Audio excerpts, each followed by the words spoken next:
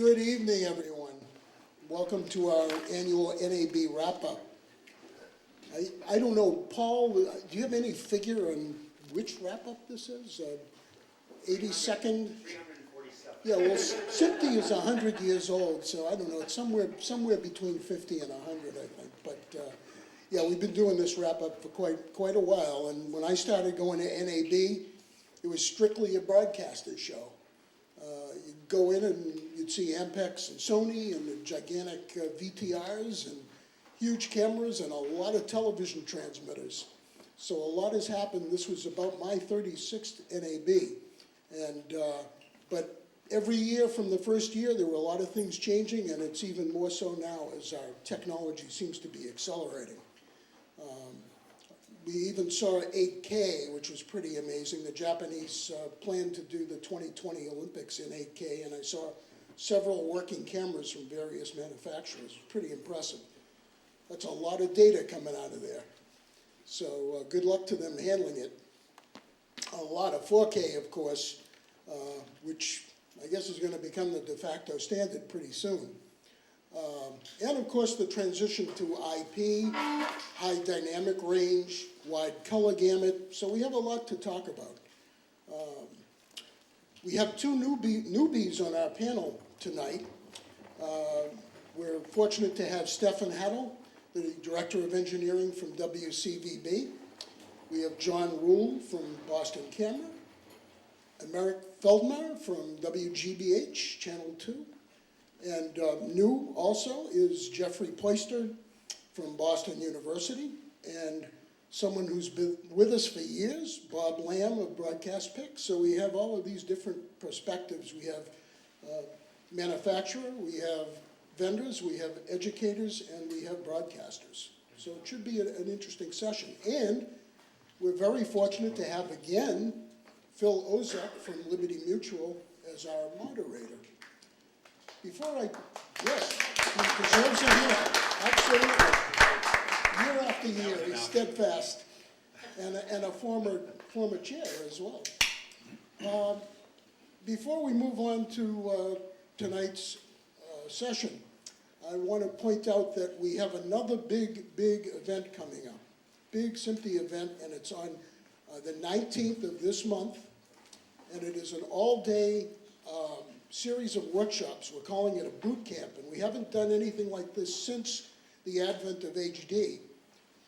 We were originally going to call it a 4K boot camp, but we decided with everything going on, we would call it a new technologies boot camp, because it's going to cover everything from high resolution to high dynamic rate to wide color gamut to IP, and how you make IP talk nicely to SDI, and how you make the various types of IP talk nicely to each other, and much more. And we've lined up an all-star cast that will include Sony's Chief Technical Officer, Hugo Gagione, Tektronix' Carl Kuhn, Grass Valley's Bruce Lane, JVC's Al Cornack, Everett's Microsystems' Paul Briscoe, Mark Bergeron from Panasonic, John Scheike from Snell, SAM, formerly Snell and Wilcox, Pete Putman,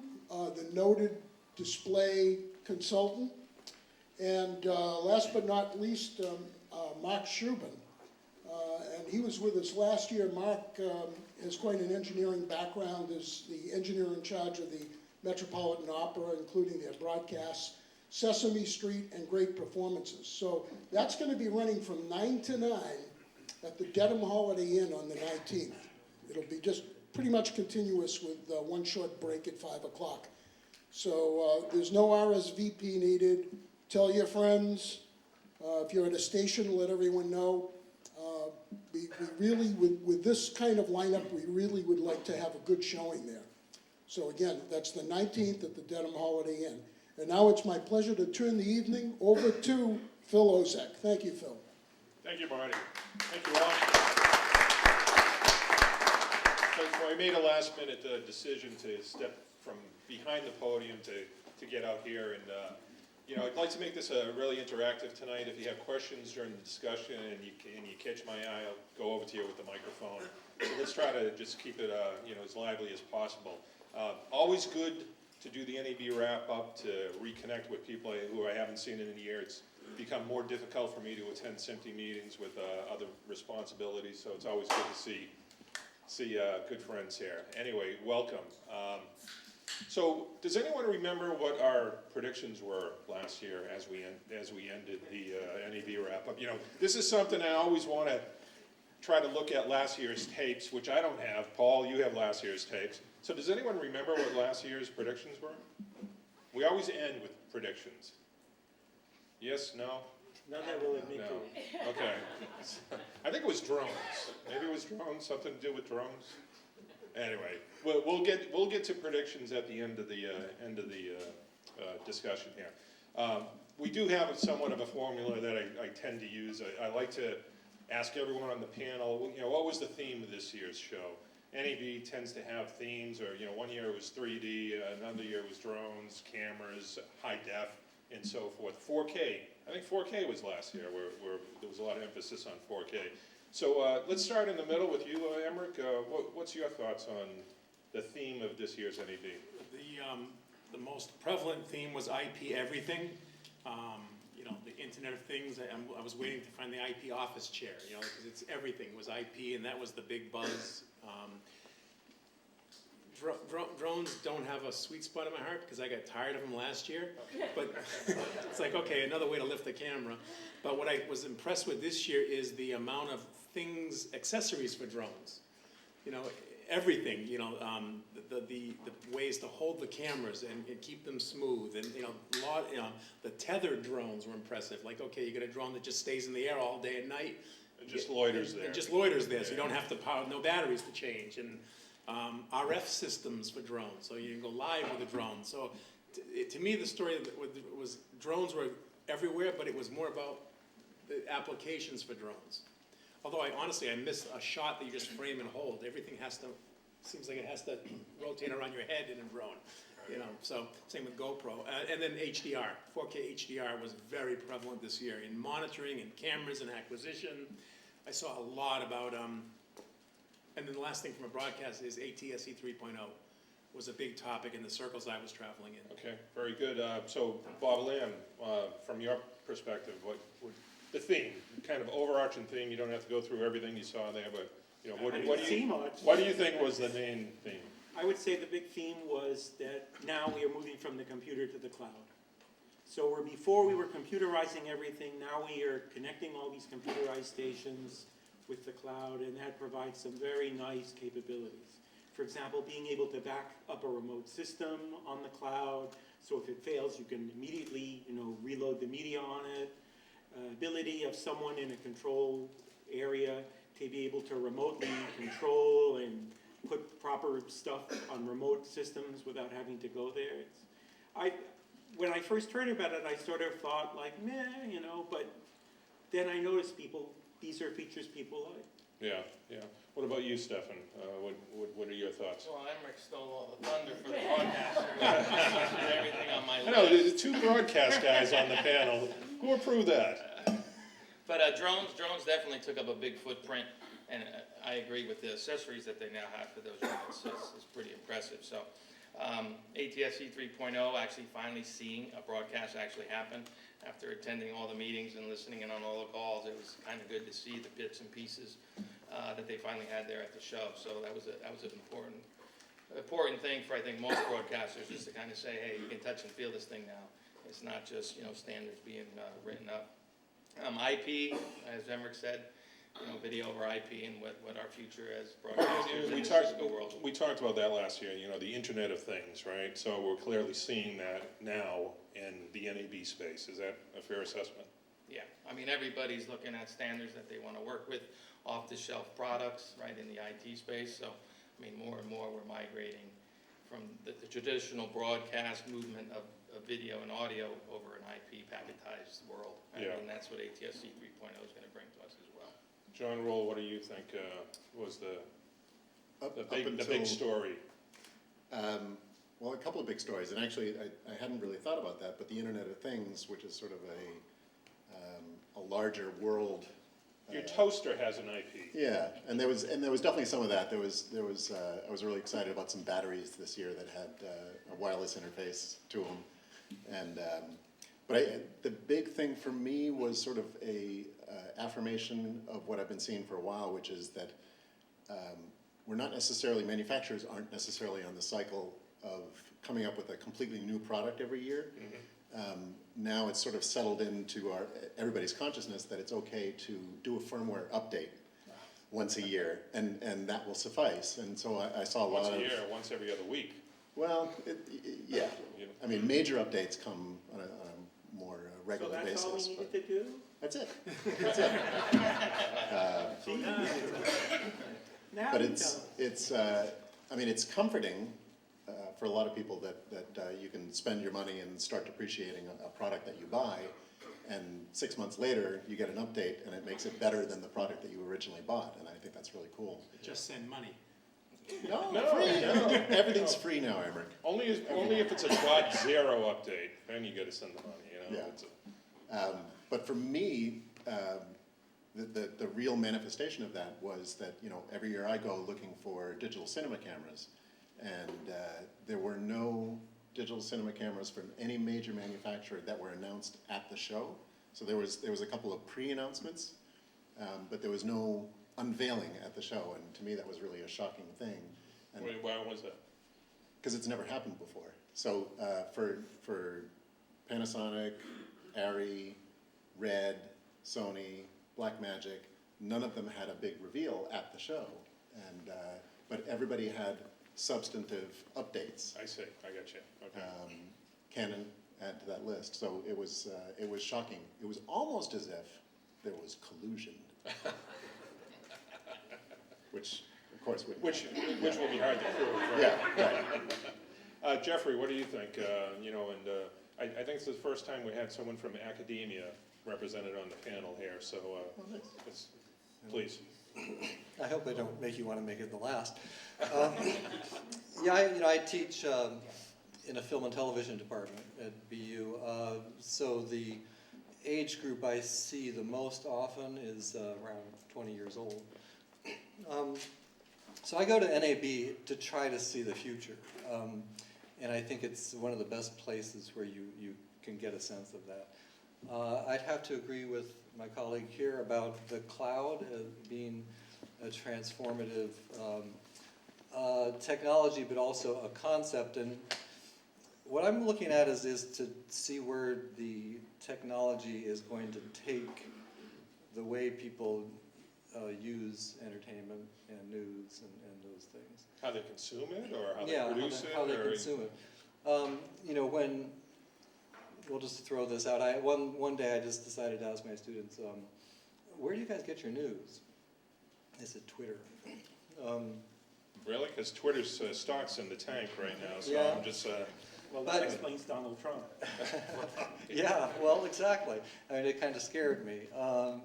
At the same time, though, I realized that, you know, young people are being connected by instantaneous devices that they carry with them, and it's transforming the whole concept of how we watch television, how we see movies, and you know, it's pretty obvious what I'm talking about because we've seen it. There's, you know, Netflix and Vimeo and all of these ways for people to access content. And just to point out one thing, you know, I went to a press conference led by Ericsson, and they're working on a global access catalog, and their vision is that they have 1 million movies now that you can dial up and access.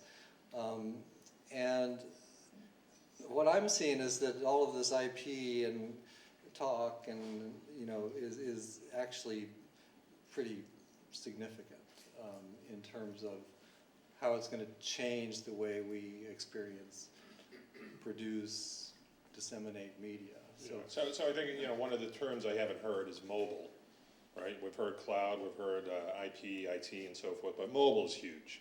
the explosion of mobile devices and how people get information, it's clearly, mobility here. That had to be a big theme at NAB. I would assume the mobile solutions for disseminating information. Well, it's where the whole spectrum auction is driving that whole thing, there's getting to the point where now they're gonna auction off broadcast spectrum so there's more capability for bandwidth for mobile. What's the timeline for that, or do you know? Well, technically, it's the reverse auction's underway now, stations has expressed their interest. Pretty soon is when the, I don't know it keeps changing, it's happening now though, it's in the silent period now, so you can't talk about what your plans are. Okay. So there can be no collusion, okay, so, actually, so the fallout of that from NAB was things like, okay, it's gonna happen, but now there aren't enough tall tower crews in the country to replace all the RF systems and all the towers. There aren't, the transmitter manufacturers, all the equipment and the crews to do spectrum auction and repacking.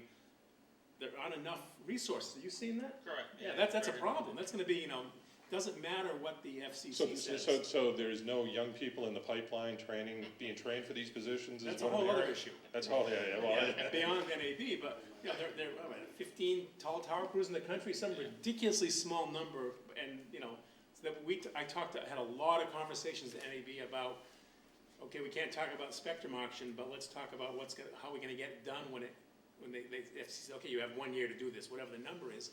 There aren't enough resources in the industry to get it all done all over the whole country. It's gonna be very interesting. Yeah, You just gave me an idea for a program to launch that would lead to a lot of jobs. yeah, Tall interesting. tower, become a tall tower guy. Well, can't be afraid of heights, right?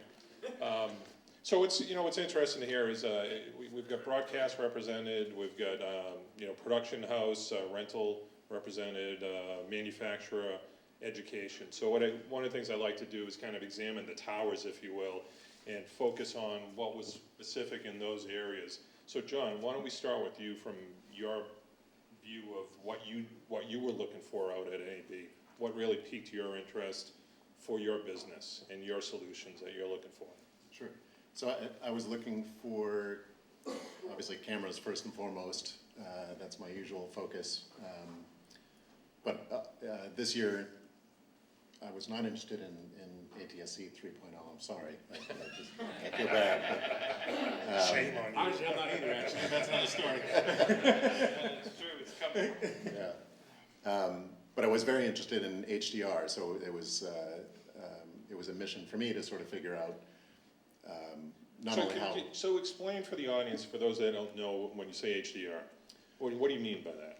Sure. So it's a high dynamic range, and it's basically, we've had cameras that shoot and can capture a huge dynamic range right now.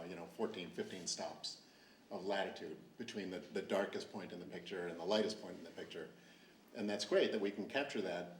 But most of the time, nobody ever sees that because it doesn't. It sort of stops. It doesn't go all the way through the chain to the home. And now we're at the point where monitors are getting to a certain brightness where they can start to reproduce that full dynamic range. And manufacturers are talking about how exciting it would be to sell all of us new TV sets that can reproduce that high dynamic range. And this started in still photography like a dozen years ago, and now it's migrating into full motion pictures. Yeah. I mean, is that a fair assessment? Yeah. In stills it was done with multiple exposures. Right. And now they're doing it with log curves when you're shooting. And so what I saw was a lot of bits and pieces in the whole pipeline that were leading people to have it be relatively painless to go through the HDR pipeline. And some of the displays I saw were getting pretty good. When you're talking about 1,000 nits, 1,500 nits for production monitors, all of a sudden you can really start to do HDR. And I saw some shiny examples and some not so shiny examples. But I think it's something that as a rental facility, it's something that I need to start presenting to our customers because they're going to start to have to deal with it. Yeah. What's interesting is my first job out of college was at Raytheon, and they had a full production suite. And in the middle of it was I think it was I don't know, 20-inch diagonal Ikegami color monitor. And my former colleague Don's in the audience there, and that was the ultimate display to get your colors and your contrast and brightness correct. But HDR takes it to a whole new level. Yeah, and mostly it's because when you're standing a certain distance away from a 4K screen, the benefits of 4K sort of fade away due to the vagaries of human eye resolution. So that resolution is not something everybody can see. Peter wants to just jump in and talk about this. I just know it. But with HDR, it's something that everybody can see, everybody can remark on, and no matter where you are in the room, you can see it, and it's a much more pleasing picture. So it's something that has obvious benefits to the consumer for once. Right. And I think that's really great. So we're going to see a lot more of that. So Bob, from the manufacturer's point of view, what were you taking away from the show? I mean, you're with Broadcast Picks. You guys sell digital mixers. Here's $1 for that commercial. I didn't say they were good. Don't you guys Wait a have one second. of them? No, wait a second. I didn't say they were good. They're excellent. Nice. All right.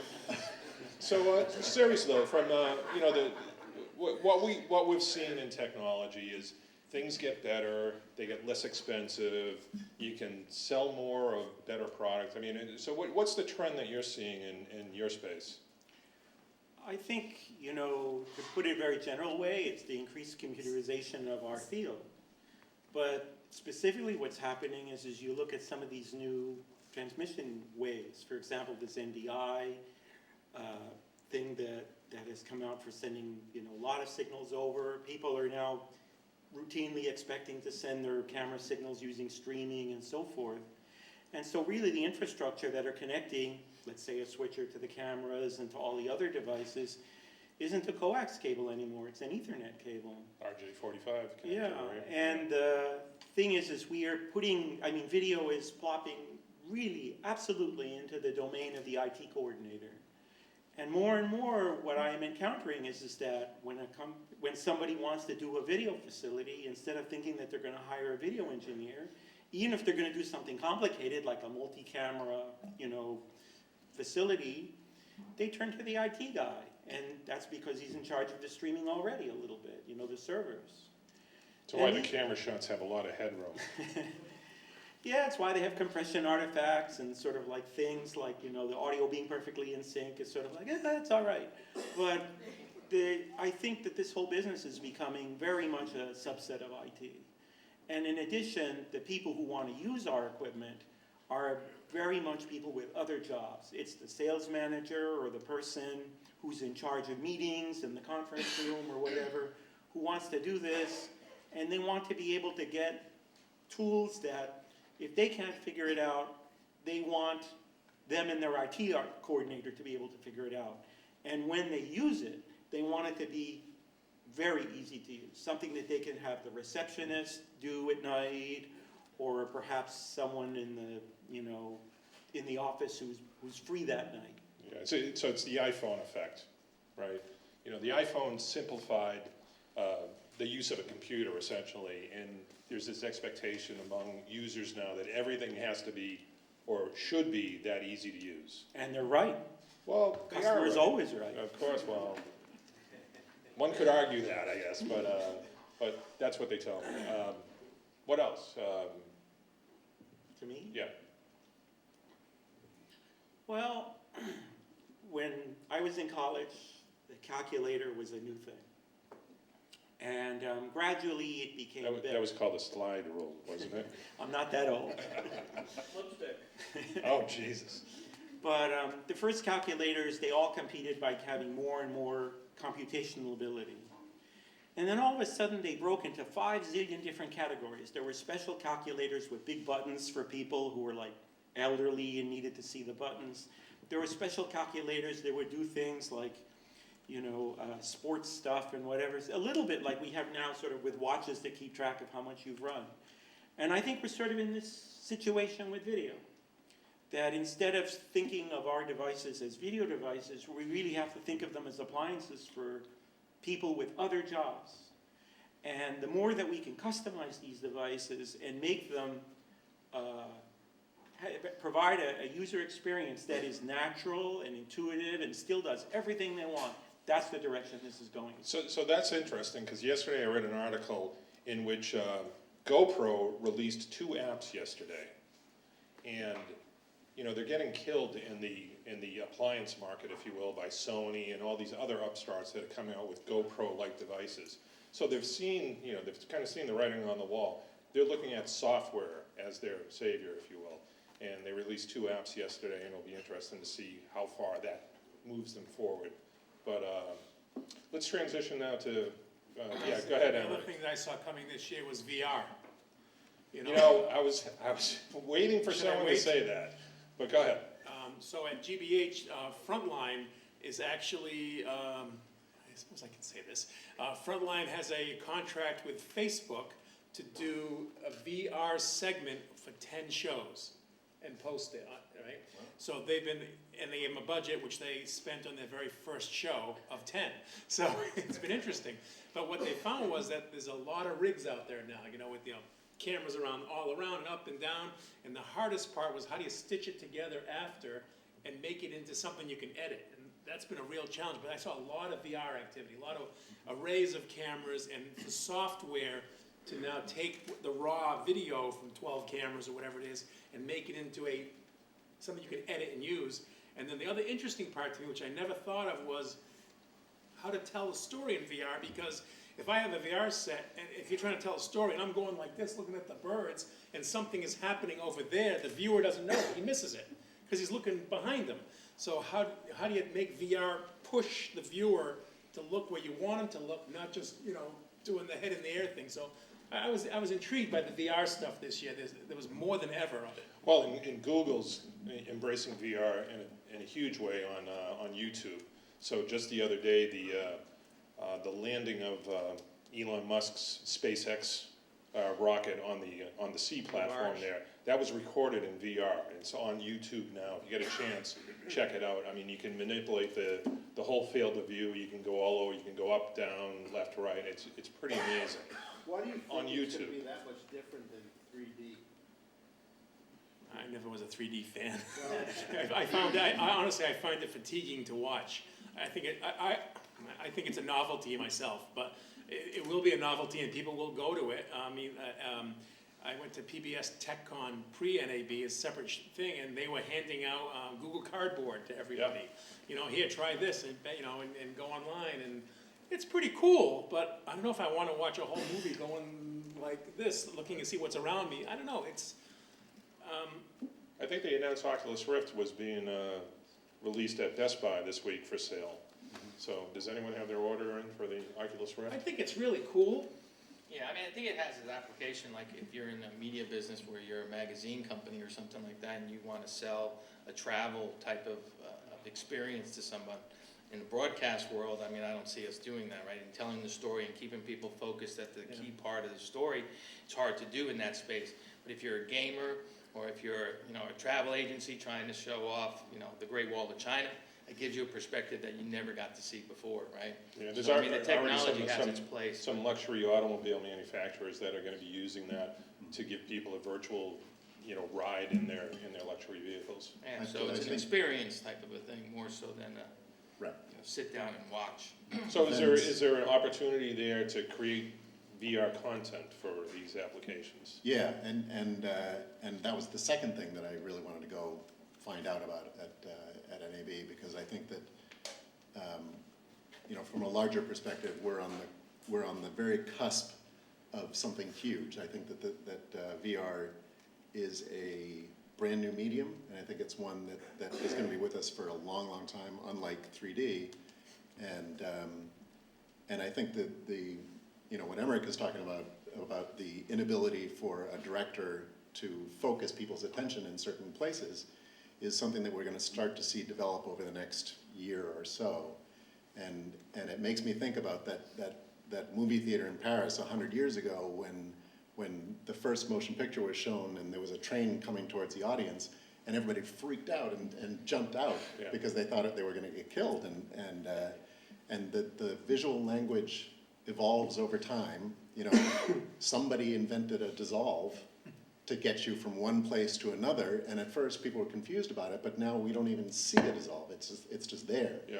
And I think that's going to be happening a lot with VR. We rent VR rigs now, and Who it's does? we do. At Rule Boston Camera. Thank you. Shameless plug. He's the best. Yes, He really is. Can I just ask who is renting them?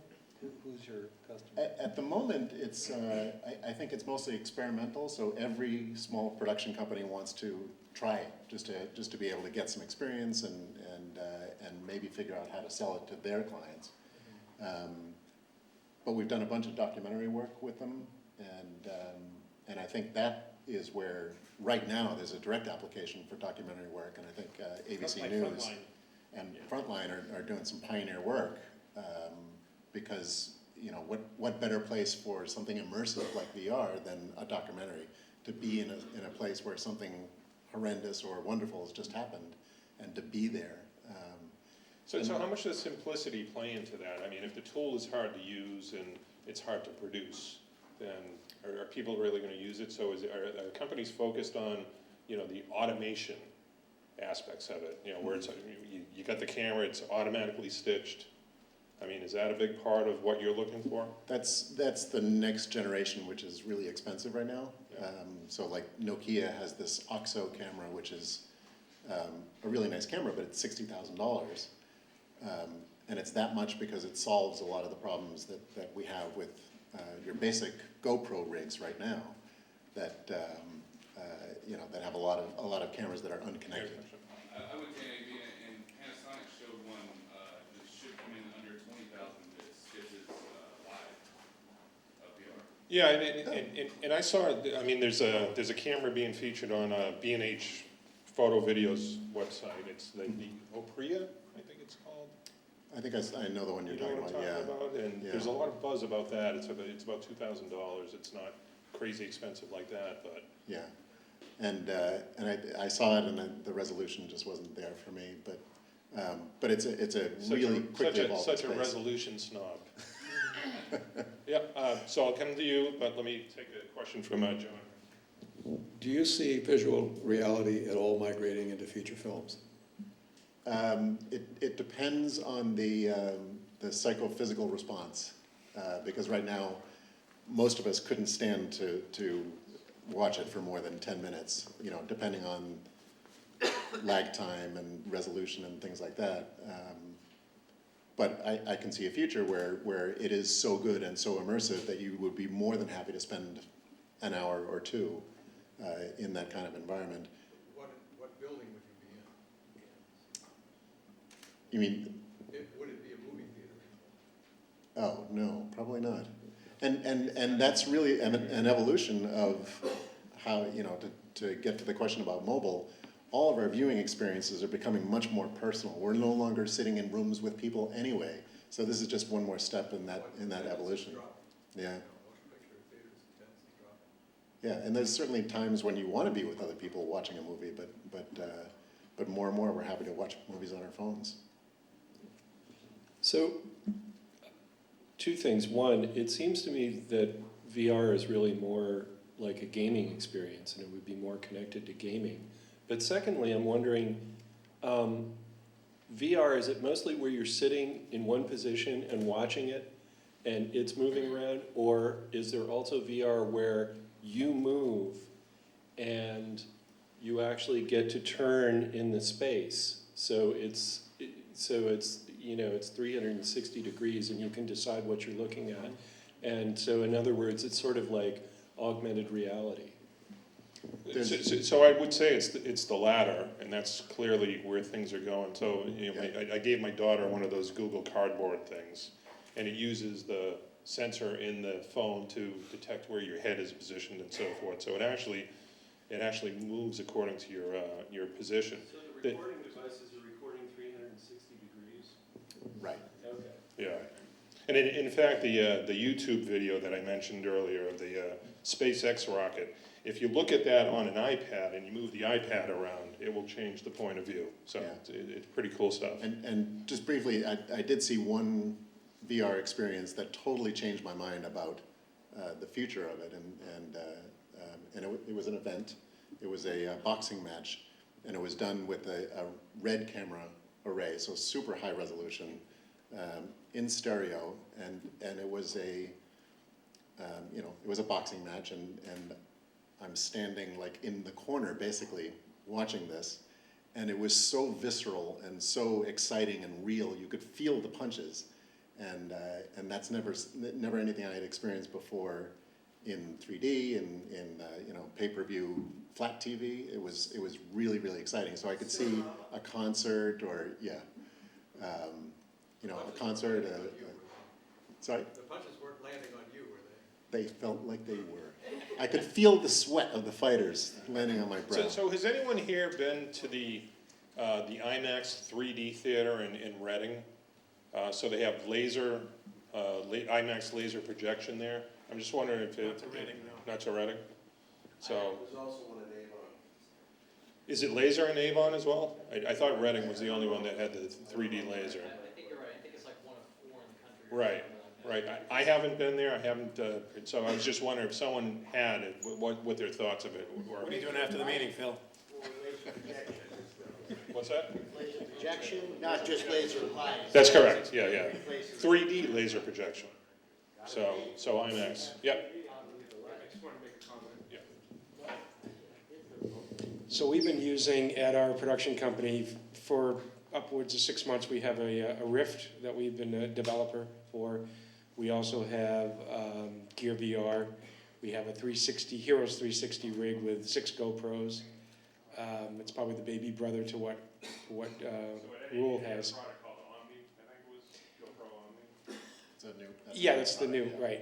Well, what I was going to say is probably a couple of points. One, the holy grail so far has been the stitching. And one of the biggest problems from a production standpoint is to preview for the director what the hell they're going to shoot. Is there a light stand in the way? Are the actors or, are props where they're supposed to be? How is it going to look when it's stitched? And there are some cameras that are coming out, some people mentioned it already, that are going to be much cheaper, fairly high res, 6 cameras, in camera, zero latency stitching that you will get. I'm not sure what the data is, what the stream is, and so forth. The other thing, the last point I wanted to make is nobody mentions audio, and audio I think is extremely important when you're talking about VR or AR. And what we've discovered, we've been experimenting with holophonic microphones that look like a human head with all sorts of capsules embedded in that. And what Emma, you mentioned before about, how do you get their attention? Where do they look? Where is the stage? With audio, we've discovered that through audio you can actually institute positional cues subliminally.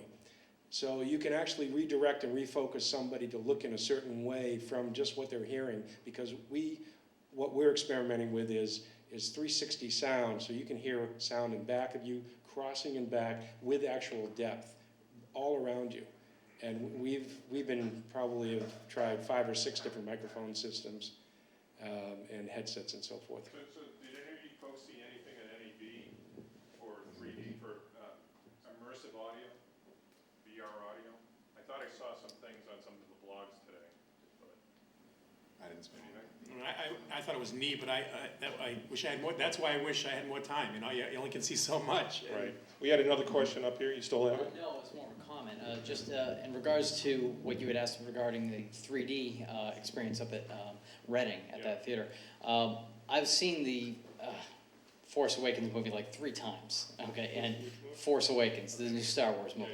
So my wife and I had seen it in 2D, and we saw it at the 3D showing up there, and we were really amazed because we've seen 3D movies before, and it's not our favorite, but because of the added resolution of that particular theater, we're able to see things and experience things, and maybe this is partly due to how they shot the film and brought everything together, but the immersive feeling that's been discussed was much more in-depth for us in that particular showing versus other 3D movies with maybe something that doesn't have quite the same resolution or punch. But we were really sucked into the whole film visually, and that made it much more enjoyable for us.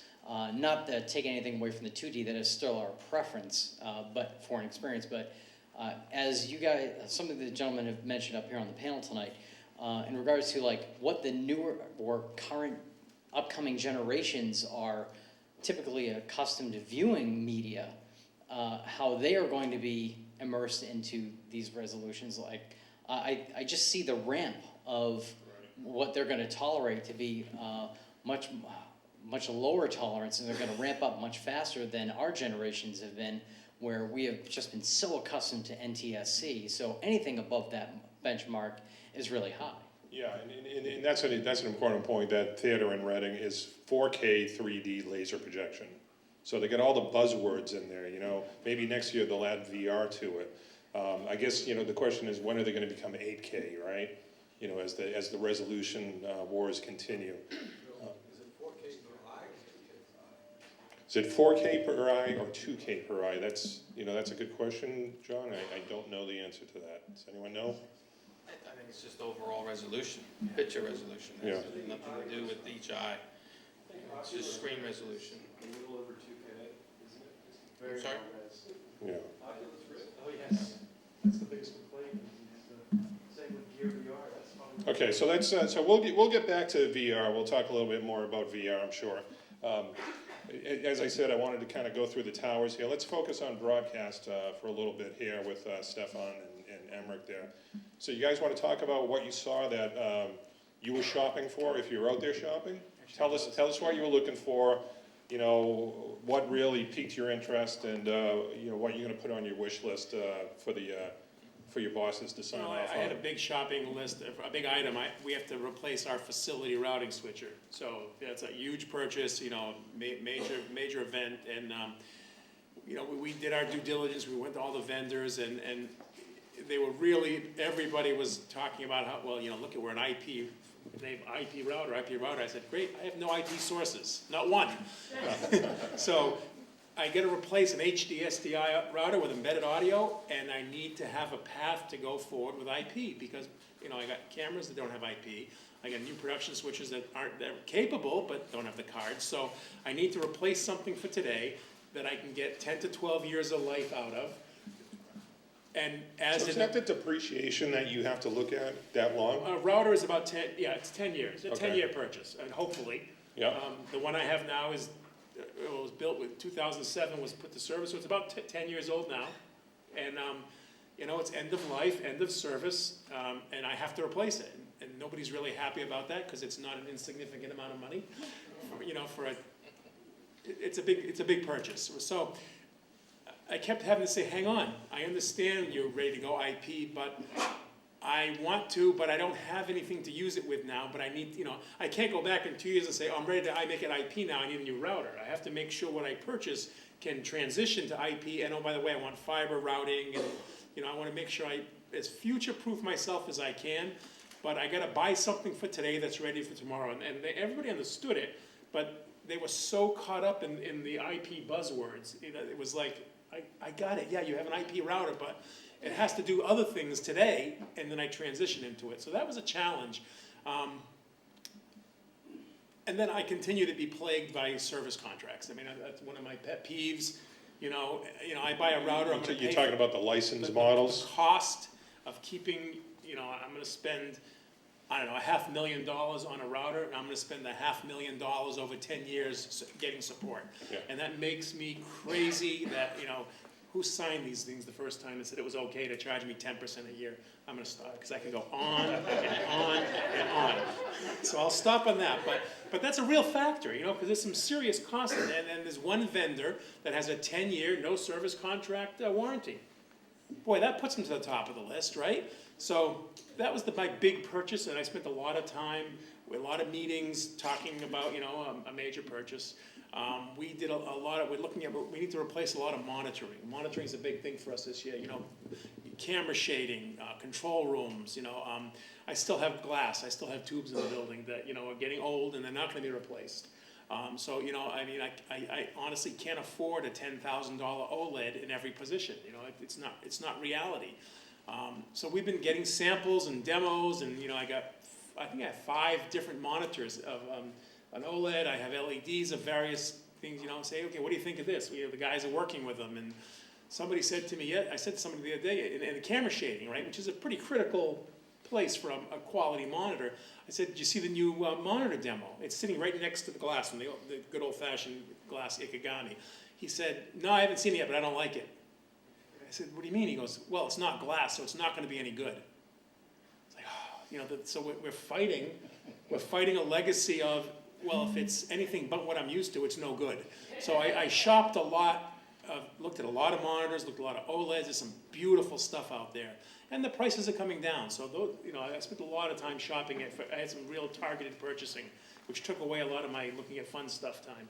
So what's more important, the OLEDs or the HDR component there? Today it's a quality today it's a quality reference monitor that's truly a reference, that I can say that color is the color, and everybody says, yep, that's the color, because then it goes to post, and they have different monitors up in the post rooms, and we have 46 post-production rooms, and they all have different monitors in them.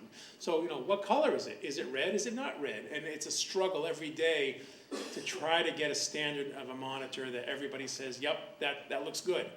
And it's so subjective. Computer displays have different calibration. And then there's the computer displays, and you can't put a $10,000 24-inch OLED in every. Sorry, Steve, I can't. I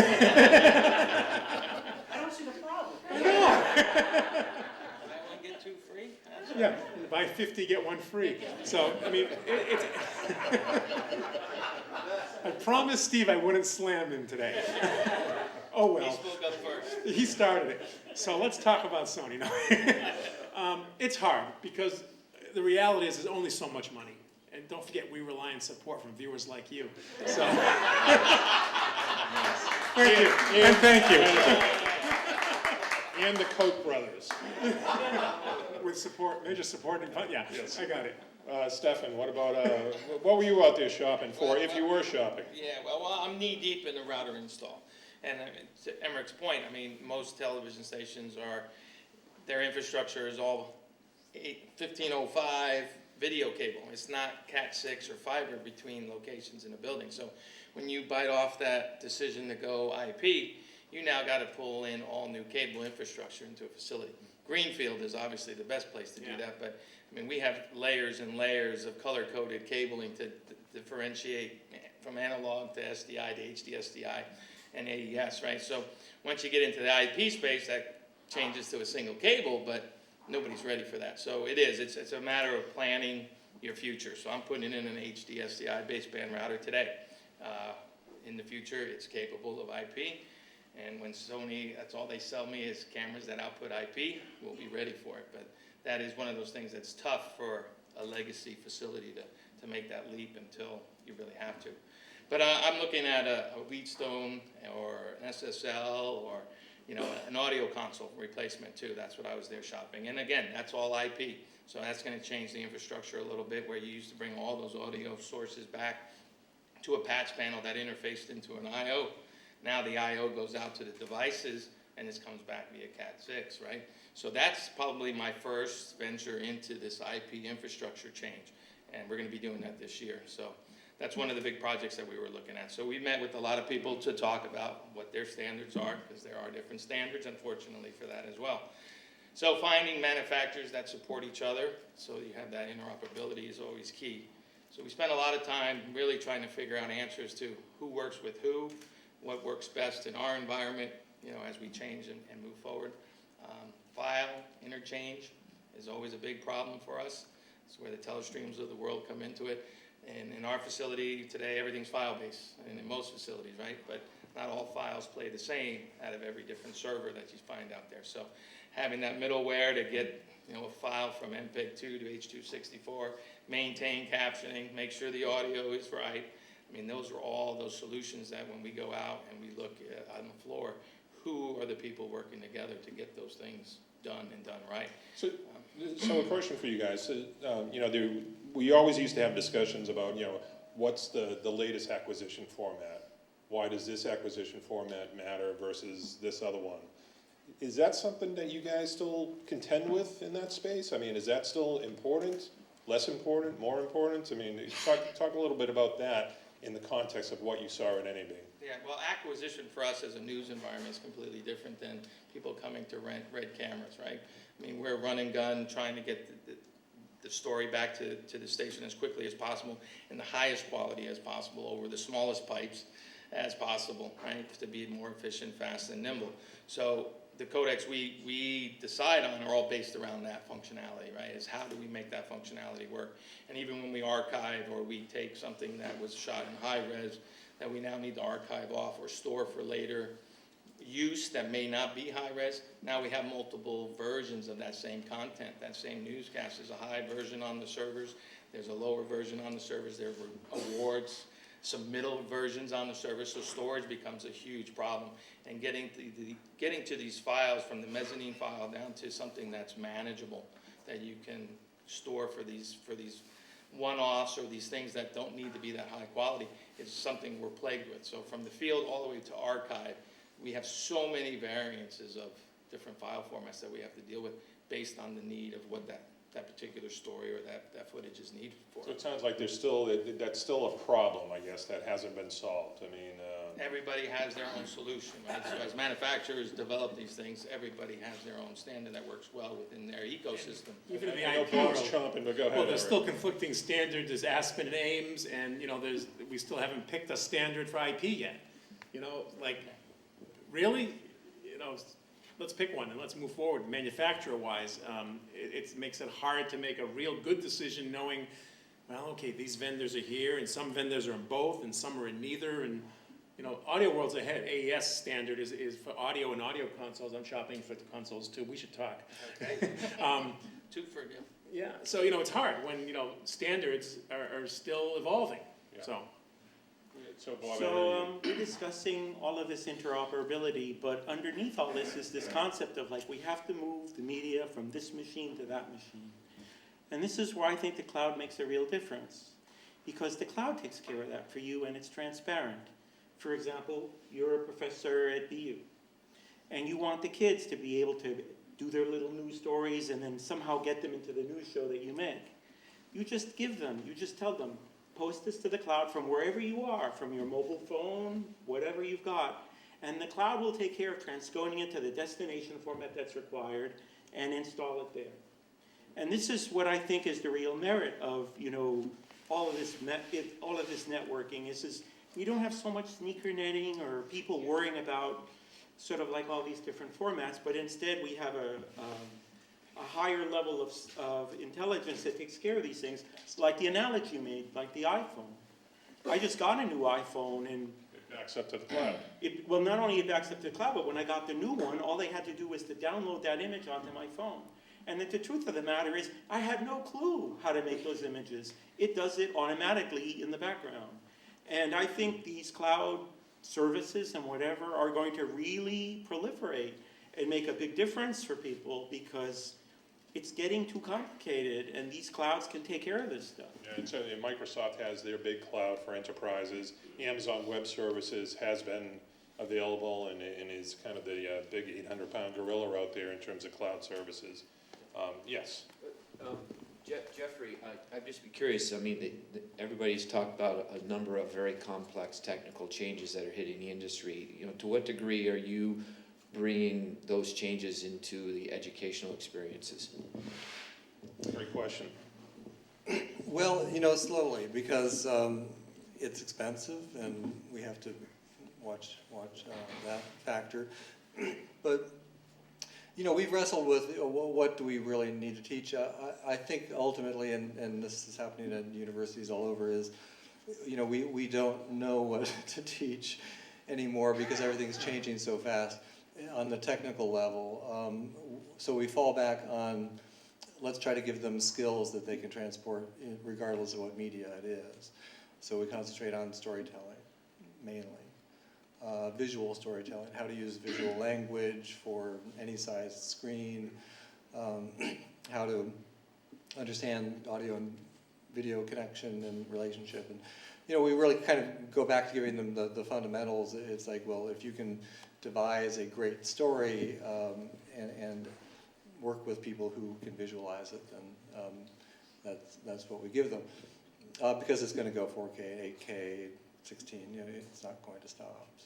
So you were out you were at the NAB show, is that right? Yes. And what was your goal when you were out there? What were you looking for, if anything, or you just wanted to get an overall sense of what was going on? What was your motivation? Well, you know, I wear a couple hats. I mean, in addition to being, I'm kind of in the academics, but I also write for TV Technology, and I review products, so they send me around to cover things. I judged for the awards, Best of Show awards, and all that. So I was hunting all over the floor looking at a lot of things. My personal interest is documentary production, so I am looking for tools. So starting at that level, you know, I'm looking for good, inexpensive cameras that offer very good resolution in pictures. And the cool things in terms of what I found that's cool, I mean, you're always looking for that, is, you know, Panasonic has a camera that can see in the dark. It's the ME20. What's the ISO on that? Something crazy, right? It's like 100,000 or something. It's insane. And literally, this camera, and I am reviewing it for TV Tech too, you can go into a dark closet and you can pick out your shirts. It sees what we can't see. Now, you know, the question is, what does that mean? And I think it means that, you know, there's really no limit to the advancements of technology, and a lot of it means that we're becoming essentially more mobile. We're becoming untethered from lights, untethered from, everything's becoming wireless and cloud-based and all those things. So it is liberating. It's very liberating. You know, so I take all these little, you know, cool things and I project 5-10 years down the road, and I realize, you know, it's an idea now. It's going to be something great in the future. So it means lighting is going to change. We're going to need less of it. Maybe we don't need any of it. You can make feature films now with just a flashlight and available light. And, I mean, you know, that's an interesting observation, and you know, to what extent does the skill of the cinematographer or the videographer, you know, it used to be very important that that person really understood how to use that camera, how to light properly, and so forth. But with, you know, the automation that we're seeing and cameras being able to create magic with auto settings and HDR and everything, does that skill set kind of get relegated to the background now, and the camera is doing a lot of that, or the technology is doing a lot of that? I would say no. I know that there's a huge political battle going on right now about that very topic, which is who controls the image. So you have a DP who shoots with a really nice camera and he's shooting raw, which effectively passes on control of the image off to the editor and the colorist and the finishing suite. And I think where a good DP in production, he will try to put his imprint on the final image at that point. And to do that, he will need to use lighting and shadow and perspective and blocking to make it his own image, to put a signature on the image so that the editor can't screw it up, basically. Yeah. well, you know, I agree with that. It will always be a high art, no matter what equipment we have. And there will always be the difference between somebody who looks at an image and just says, wow, and somebody who looks at an image and says, well, yeah, I get it. And the tools will change, but yeah, we still, a beautiful photograph is hard to attain with consistency. And that's always going to be, it's going to take artistic training and understanding of how all these tools work. So we don't have anyone, yes, sir. Does someone who went to art school, my 2 cents about this would be that you're essentially, you're always working with and against the limitations of your medium. And the big difference with digital is that you can do anything you want. You know, with the old media, and even with more limited digital media, you can actually, choices are made for you, so you can actually work with that and create things based on that. But with digital, if you can imagine it, you can do it. But the difference is you have to be able to imagine it as opposed to discovering it while you're working on it. So. Yeah, that's an interesting insight. Yeah, thanks. So one of the things I'd like to transition to, and we don't have anyone on the panel that's a specific audio expert representing audio, but I do want to hear what you folks saw out there in the audio space that was interesting. If you could share with the audience, did you see anything in terms of, again, microphones, sound systems, anything related to audio that kind of jumped out at you? I think there is more interest in systems that use the audio to switch to video, and particularly for it to be more sophisticated so that it isn't mechanical looking and that it is more responsive and that it be a little bit, that it even be a little interpretative so it looks like a naturally switched show. I mean, there's so many audio apps now, right? So are the apps taking over in that space? Or is there still that great hardware requirement in audio? John, you got any thoughts on that? In production, it's really good hardware, and there's definitely that iPhone level of production where it is the app, but for the most part, for high quality field production, it is still really nice microphones, really good wireless gear, and sound production practices. All right. Sir? Different category. But what was the post world like at the NAB? Anything new from Avid or Final Cut Pro? Anything? There's a lot, and we had a whole separate group of people doing just post, which unfortunately I didn't do. But I know we've transitioned to a lot of new storage, we're Avid ISIS now in our whole facility. So we're doing a lot with Avid right now with storage in post. Actually, our whole facility has gone to an Avid ISIS storage with 1.6 petabytes. Yeah, I know, really. You have a small one. Yeah, we'll fill it next week, I think. Yeah, we'll never fill it, yeah. But so there's a lot going on in the post world, I think, but I didn't spend much time doing that because we had a whole nother group of people just looking at post. So did you folks see out there anything related to in terms of post production automation, right? Where you digitize all your video and it edits the video for you, basically using a certain formula. Did you see anything like that? No? See, I'm seeing those on my iPhone. Those apps on my iPhone. So that's why I'm asking. Okay, so there was this this little camera called the Mevo, which is a Facebook Live camera. Yes. And so yes, the idea is that it's a 4K camera, and it's a little nub of a thing like this that sits on the table, and from that 4K field, they're deriving different camera angles that are windowed basically. So you could have the example was a cooking show where you could have a window that was on each of the two cooks, and then another window that showed the food prep area, and another window that showed the oven, whatever. And the idea was that somebody with an iPhone was controlling essentially the output, the stream, Switching their own coming show. from switching their own show on the iPad or the iPhone. But there was an option for letting it do it all by itself, and it would somehow figure out what the word they used was interesting. What's the most interesting shot at that moment, and it would go to it.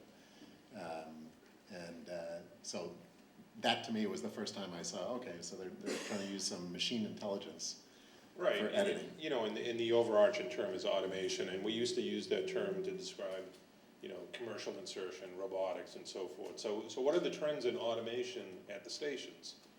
Stefan, what are you guys I seeing? mean, basic playback automation and newsroom automation, they basically sit on their separate islands, but I mean, you have EMPS, which is the newsroom automation, basically is driven off of the MOS rundown that you activate in there. And we interface with VizRT for graphics, so as that rundown moves through, it's inserting and creating graphics on the fly. So that's on the newsroom side. And then Harris Automation on the playback side, which is also integrated into our web streams, so we automate the streams when they go on air. We're working with Watch ABC right now, to where when there's things embargoed, it makes sure they get covered, they don't stream out. Commercial content's being triggered by the network for certain things like MeTV, which is our secondary channel. So it all kind of hinges back for us at the TV station is the automation within master control, which controls all your distribution outside the building, and then the newsroom automation, which controls everything that the newsroom is doing in the production control room. So what about over at your space there, Emmerich? What are you seeing in that? For us, automation is mainly the on-air products. So we have 7 channels, 7 streams that all be unattended on automation 24/7 now. But we used to have some, you know, used to be 2 people 24 hours a day. Now it's 1 person at night doing ingest, and there are 7 channels running on automation now. We're using Crispin automation. It's not without its challenges, and we're looking to always make it better. You know, the hardest part is still the human part of it. You know, somebody mistimes a show.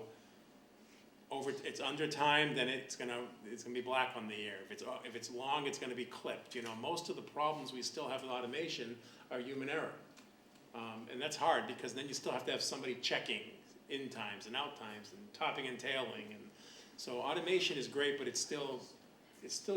automation is still labor intensive, and we're looking for ways to make that better all the time.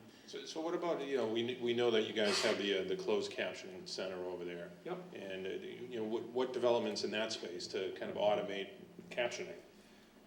Unfortunately, the Caption Center, voice rec, they spell it WRECK. Right, that's what they call it, voice rec, and it's a cheap and very poor way to do, you cannot automate captioning because of the human. There's so many variances in how we speak. So the most, you know, we consider GBH captioning to be the gold standard of our captioning world. And it's still a stenographer at a pad doing the actual real-time, you know, live is hard, right? There's real-time captioning, and there's captioning that's done for post. So all the shows, all the things that are pre-produced, the captioning is done in time and it's perfect, and they edit it and it's just right. Live captioning, there's still, you know, there's a delay, but you can offset the delay. It's still the hardest part. And a human who's very good at what they do, it's a very high, you know, it's a court stenographer on steroids to do live captioning. It's really an art to be able to keep up. And it's the hardest thing in the world is a talk show, because you got 3 people talking, 4 people talking, and they're arguing.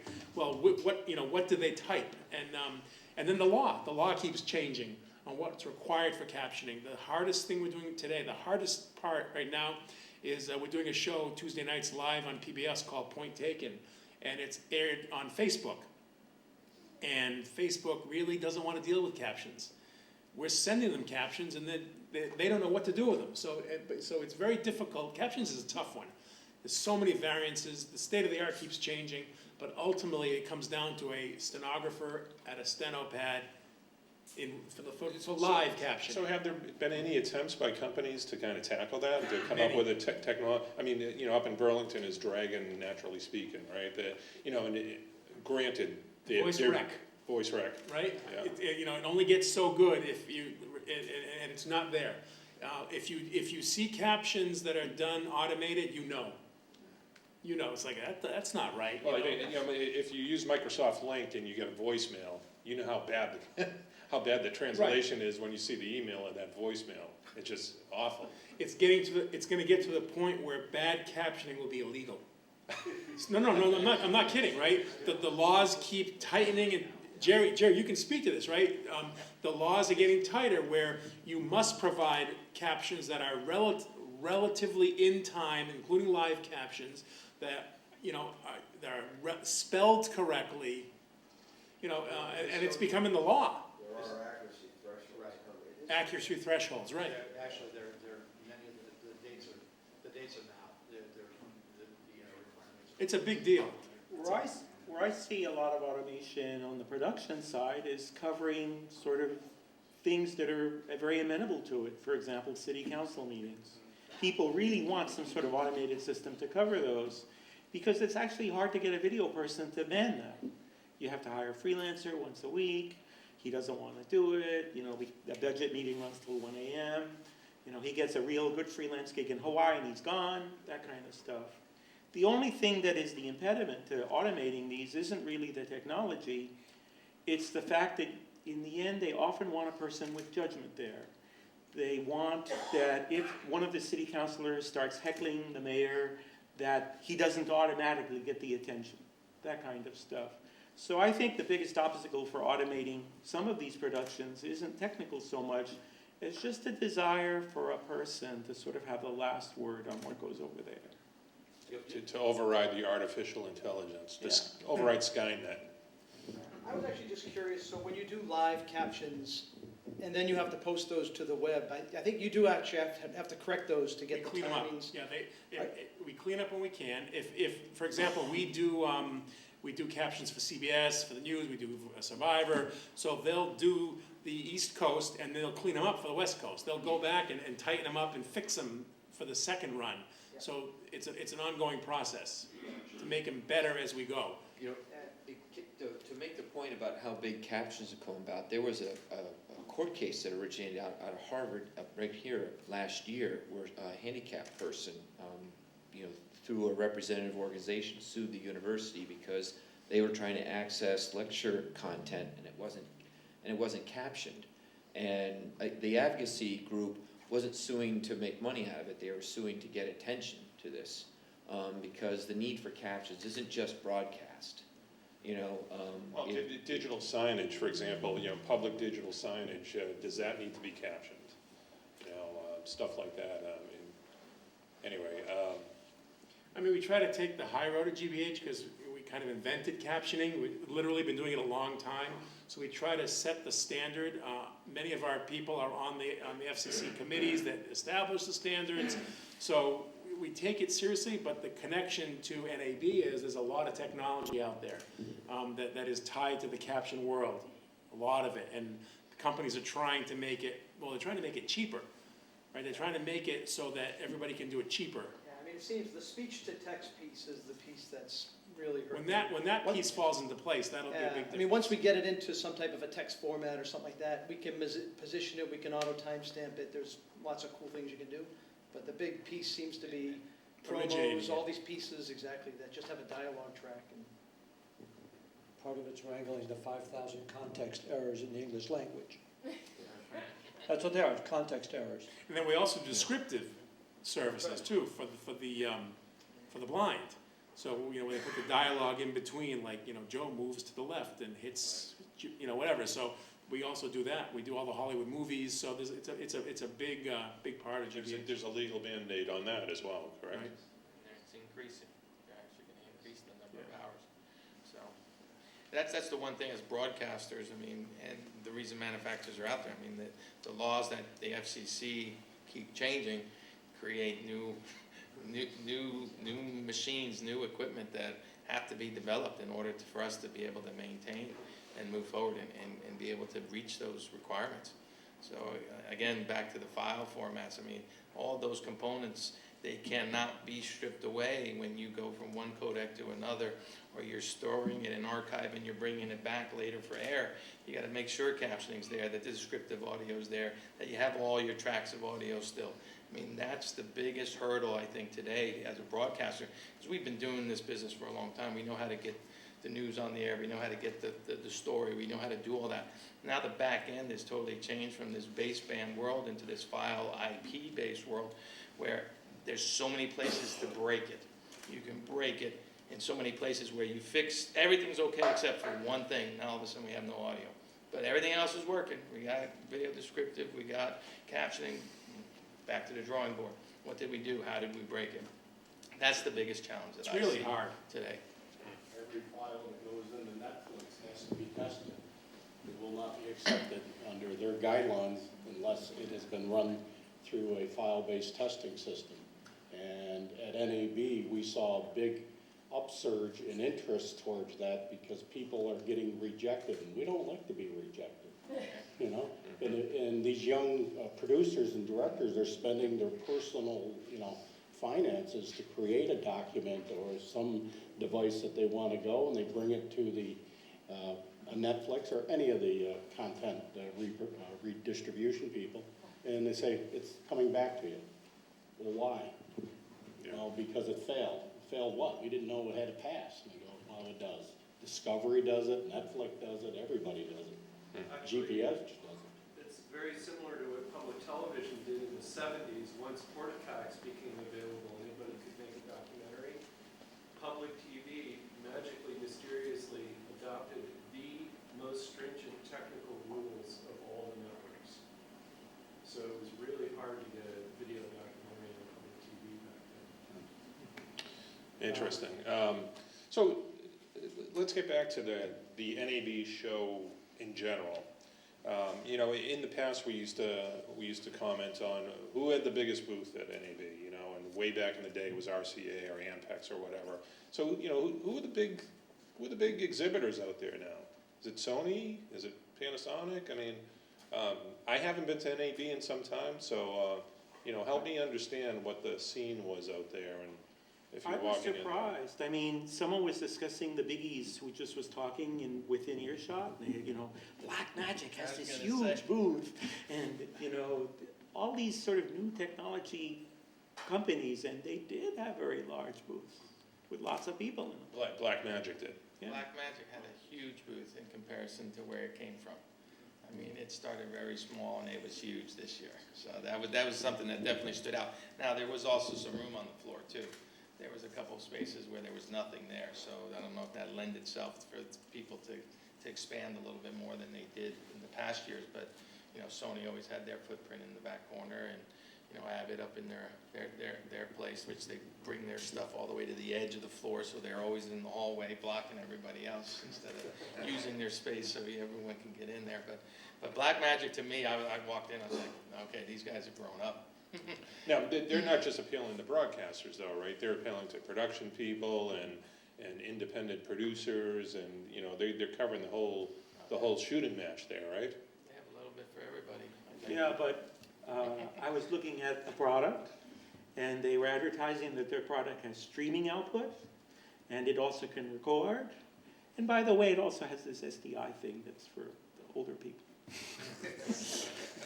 I mean, the big users now, most of the stuff that is being made today, the objective is to stream it. But size doesn't matter, Yeah. Phil. What's that? Size is not the only thing, no, because size I doesn't really try to spend time in the back of the South Hall with the 10 by 10 booths to see what's coming. I really, you know, and I found some cool stuff. Just, you know, wandering and talking to people. I didn't have a lot of time to do it. But there's a lot of small booths with some fantastic ideas. And, you know, those are worth, if you have time, they're worth looking at, you know. And I wish I could tell you the one that I like the best, but I didn't have time to really dive deep. But, you know, there's a lot of booths and a lot of vendors. And, you know, the Sonys and the big players, they always have the marquee booths. They always will. And they're awesome. Well, maybe they always will. You know, until they don't. Until they don't, right? I mean, nobody's booth is as big as it used to be. Yeah. You know, I mean, let's face it. You know, I know what those booths cost. I used to do that, and it's you know, it's cubic money. It's crazy how much they pay for booth space. But so I understand. But you know, even B&H Photo had like, you know, linear, like 100 feet of booth. You know. It's not cheap, but it's you know, you make a statement when you have a booth at NAB. Black Magic made a statement. Yeah. It's interesting, you know, Apple used to have a huge booth, Right. one of the biggest, and they've pulled out completely. So that shows That's that they interesting. are no How long longer- ago did they pull out? Oh. 6 years. 5 or 6 years, yeah. They couldn't get the booth for free. The interesting thing that NAB has done, I think, is to sort of collect people in groups. So there's, like this year there was the VR Pavilion, which was in the North Hall, and so they put all of the VR vendors together and presumably gave them some kind of a discount for collecting like that. And then there's, there's like Koreatown and Germantown and Literally, they had signs. Switzerland Town. I mean, it was yeah, and There was a big section of LED displays in the front of the central hall. I've never seen so many, the big video wall for LEDs, huge, yeah. huge Yeah, LED. yeah. I like, wow, and I actually was shopping for one, so I spent some time there, but I've never seen that many LED wall vendors that this year. It caught my eye, literally caught my eye. There were tons of them. And, they had these big, 30 by 20 foot video walls set up and running. And those prices are, they've gone, a decent dot pitch has gone from $400,000 to, $80,000. So the prices are dropping dramatically on LED walls, so. Yeah, go ahead, Paul. I happened to go to the Canon booth for a short period of time, and Canon was huge. It's the biggest booth I've ever seen at the NAB. And Fujinon had one maybe 100 feet away that was a little smaller. But did you guys get a chance to see the Canon booth or go through it? It was Yeah, immense. I got a luxury tour of it. It was, I think, one of the most impressive booths, definitely the most impressive they've done. And they had spectacular, they had a theater, they had, 8K projection. It was stunning. It was, they had a little bat cave for the camera that can see in the dark. And so, yeah, theirs was right up there among the... One other company I thought was impressive, I think their booth was significantly larger, was Akamai. I think their booth grew this year and it got close to the front. And I also kind of see like some waves coming. Like I came into NAB through Digital Media World, 20 some odd years ago. And that was a wave that's gotten, subsumed into it. And I kind of think there's another wave coming with these OTT players. Oyala was out in front in a pretty big way. I didn't get a chance to walk the floor at all, but I bet you there was other OVPs and CDNs that are out there, and perhaps it's a wave that's building or it's already hitting. Well, A lot of ink in that space. So it's interesting, the shows, the broadcasting show, National Association of Broadcasters. But let me ask the broadcasters represented on the panel here. Are you guys doing more streaming than traditional broadcasting at this point? And maybe not on a per station basis, but I mean, as a media company, Hearst is obviously, because we own properties in paper and magazines, so that's something that now has lent itself to being more video-centric. So streaming, creating little blogs with video and things like that, that's the commonplace now for magazines and newspapers in order to stay relevant. For a broadcaster, I mean, we try to put, especially from a news standpoint, we try to put the news out as quickly as we can now. So it may hit the web before it's on a broadcast, scheduled newscast, but it's going to be on that newscast as well. So it's kind of the same, probably the same mix.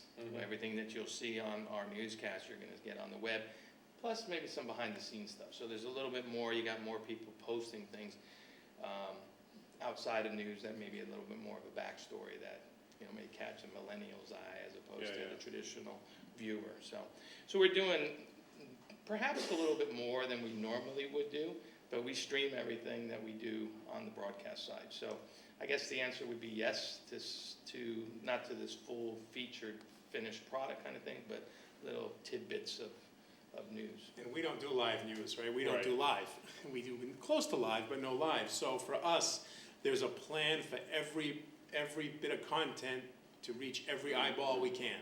So the plan for streaming is equal to the plan for broadcast, and for public media especially, because we're not doing breaking news. So we're planning, and there is an entire department.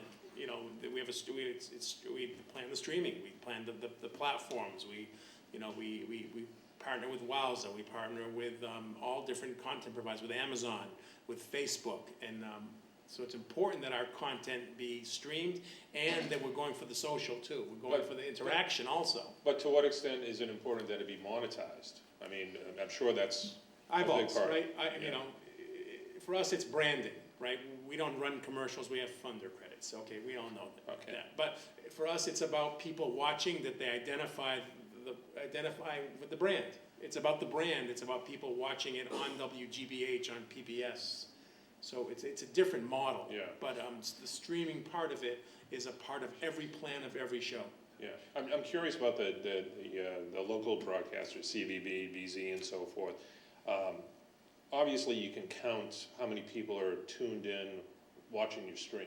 You know, there's an audit trail there. You can count those eyeballs. Less of a science on the broadcast side, but you use all sorts of surveys and so forth.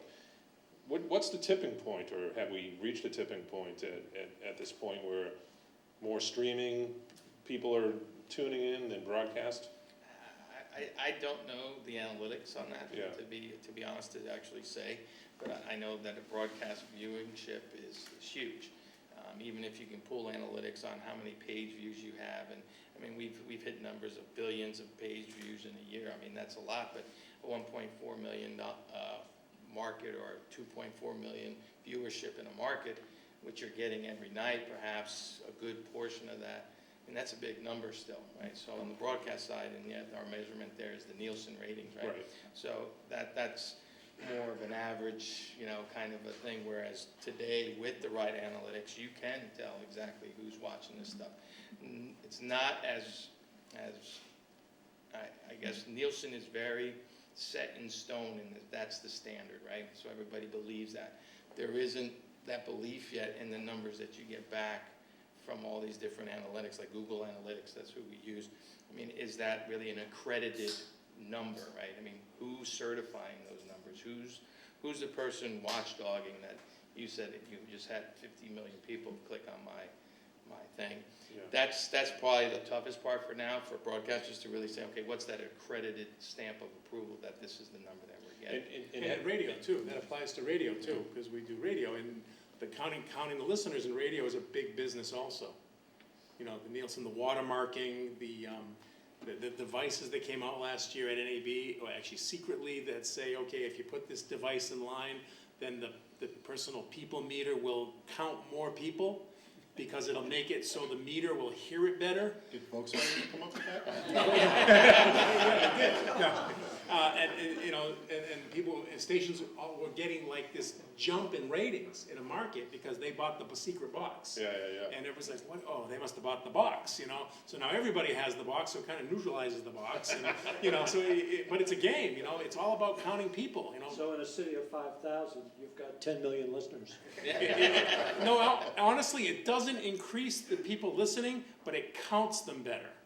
So if I have it and you don't, it's counting more people listening to me than are listening to you. Got it. It's very interesting, but. I'm curious if with the HD digital broadcasting and a lot of people getting rid of cable, if the trend is upward in terms of people, you know, there was a downward trend when everyone was going to cable, people were not tuning into broadcast. Is that reversed? Is that You stabilized? mean over the air? Over the air, yes. The yeah. last number I heard, Boston has a very low over-the-air number. I believe it's like 4 or 5% get their broadcast from an antenna on the roof. Solely off air. Yeah, so 96% are on some type of cable, satellite, something else. Other markets, it's high 90s, low 90s, high 80s, but Boston is so. I forgot what the question was. So the question is, if the numbers are that low, how do you justify? That's still a lot of people, though. It's still a lot of people, but if in the overall count or analytics, the numbers are that low, how do you justify the expenditure of the next generation broadcasting equipment? That's very hard. That's a very good question, right? I mean, we're thinking, are the tall towers done, right? Is everything going to be, you know, is this watching TV, you know? And will the tall towers become cell transmitters, you know? But how do you justify most carriage? You still get counted. That's the one thing For that the keeps it going. DirecTVs, the cable carriage, right? So at the end of the day, the media, the content is king, right? So whether I broadcast it over an antenna or if I fiber it to Comcast's head end or I fiber it to DirecTV's head end, I'm getting points for everything that their subs, their accounts, they're paying us for that service. We get credit for those eyeballs.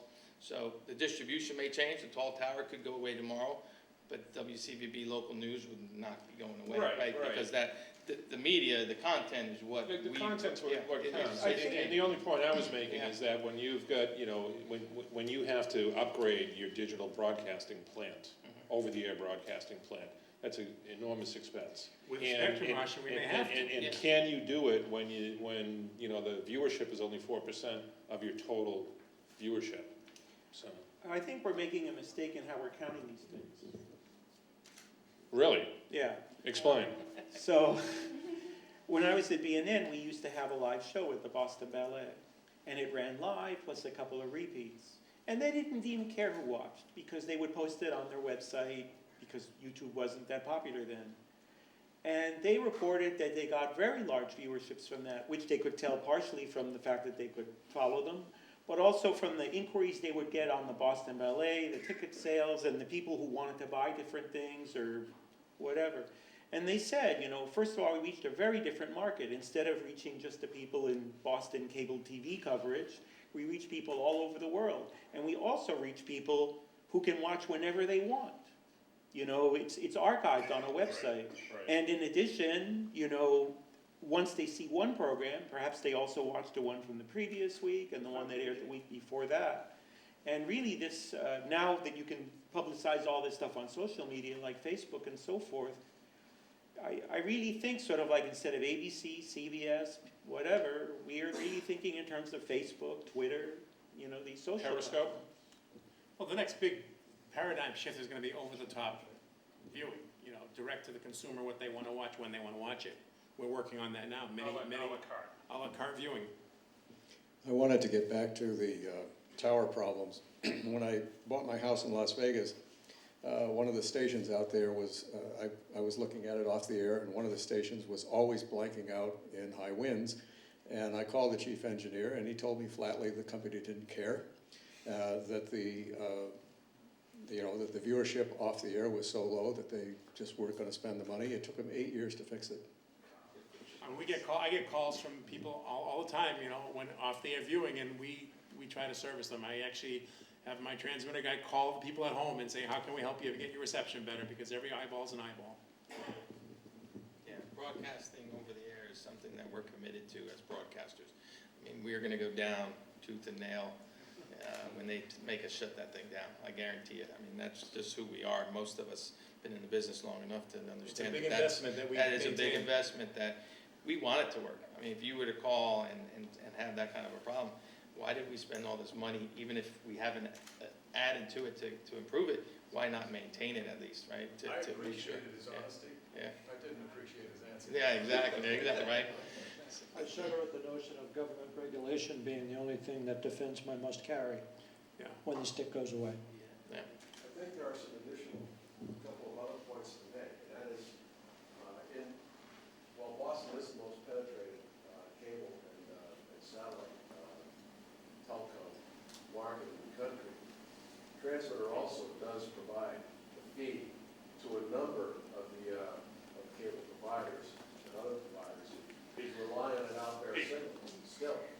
And there's always the second string and third string. I'm not talking about the iPad, but the second household broadcast string. That remains, in many situations, an off-air situation. And there's interest all the time in cord cutting. We get the phone calls, people asking us, how do we do it? It's amazing how the knowledge of how to pick up a signal off the air has diminished. Well, they don't even know we still have an over-the-air signal.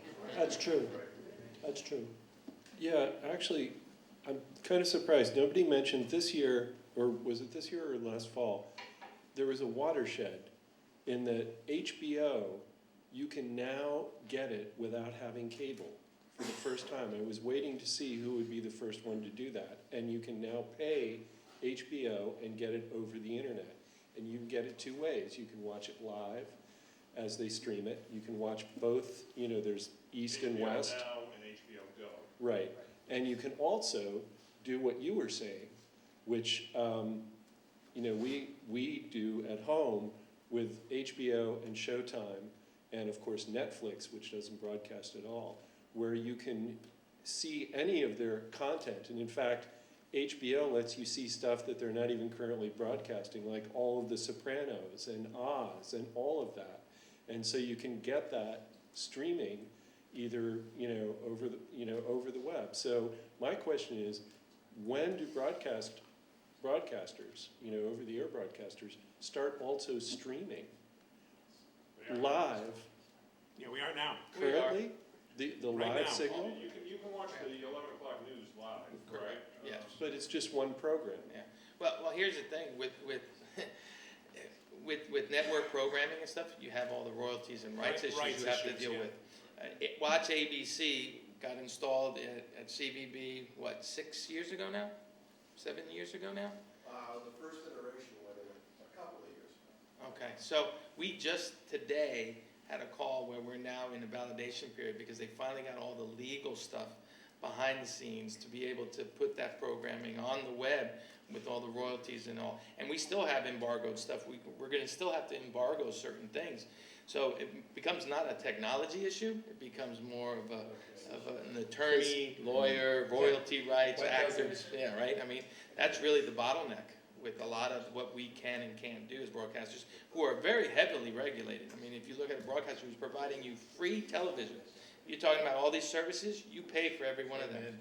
You do not pay a single cent to watch my broadcast over my $1 million transmitter. Right? I mean, you don't pay anything, right? The advertisers, for me, is who's footing that bill, right? But when you have a problem with that service, that's who you should be talking to, right? The guys you're paying that service. And I don't know how many times we talk to Comcast viewers and satellite viewers trying to help them with their systems, because that's what we do, right? I mean, we're broadcasters, we take pride in that. So that's a different world that we live in. The internet's not as regulated to do the over-the-top stuff as a broadcaster is, unfortunately. And we have to be in that space to compete. We know that. That's why we're there. But I'd assume that when you stream, you'd also stream the commercials, so that the commercials, you'd be getting revenue from that as well. Yeah, see, Right. again, the same thing falls into play with regards to what commercials can we run. You'll watch, even if you watch our live stream, the slate will come up and say, we'll be right back, because that particular commercial that is airing on the air is not allowed to air on the web. So those are the kinds of things we have to worry about when we're streaming to the web. And now we have captioning requirements and all that stuff as well that are now extended out to the web. Thank you.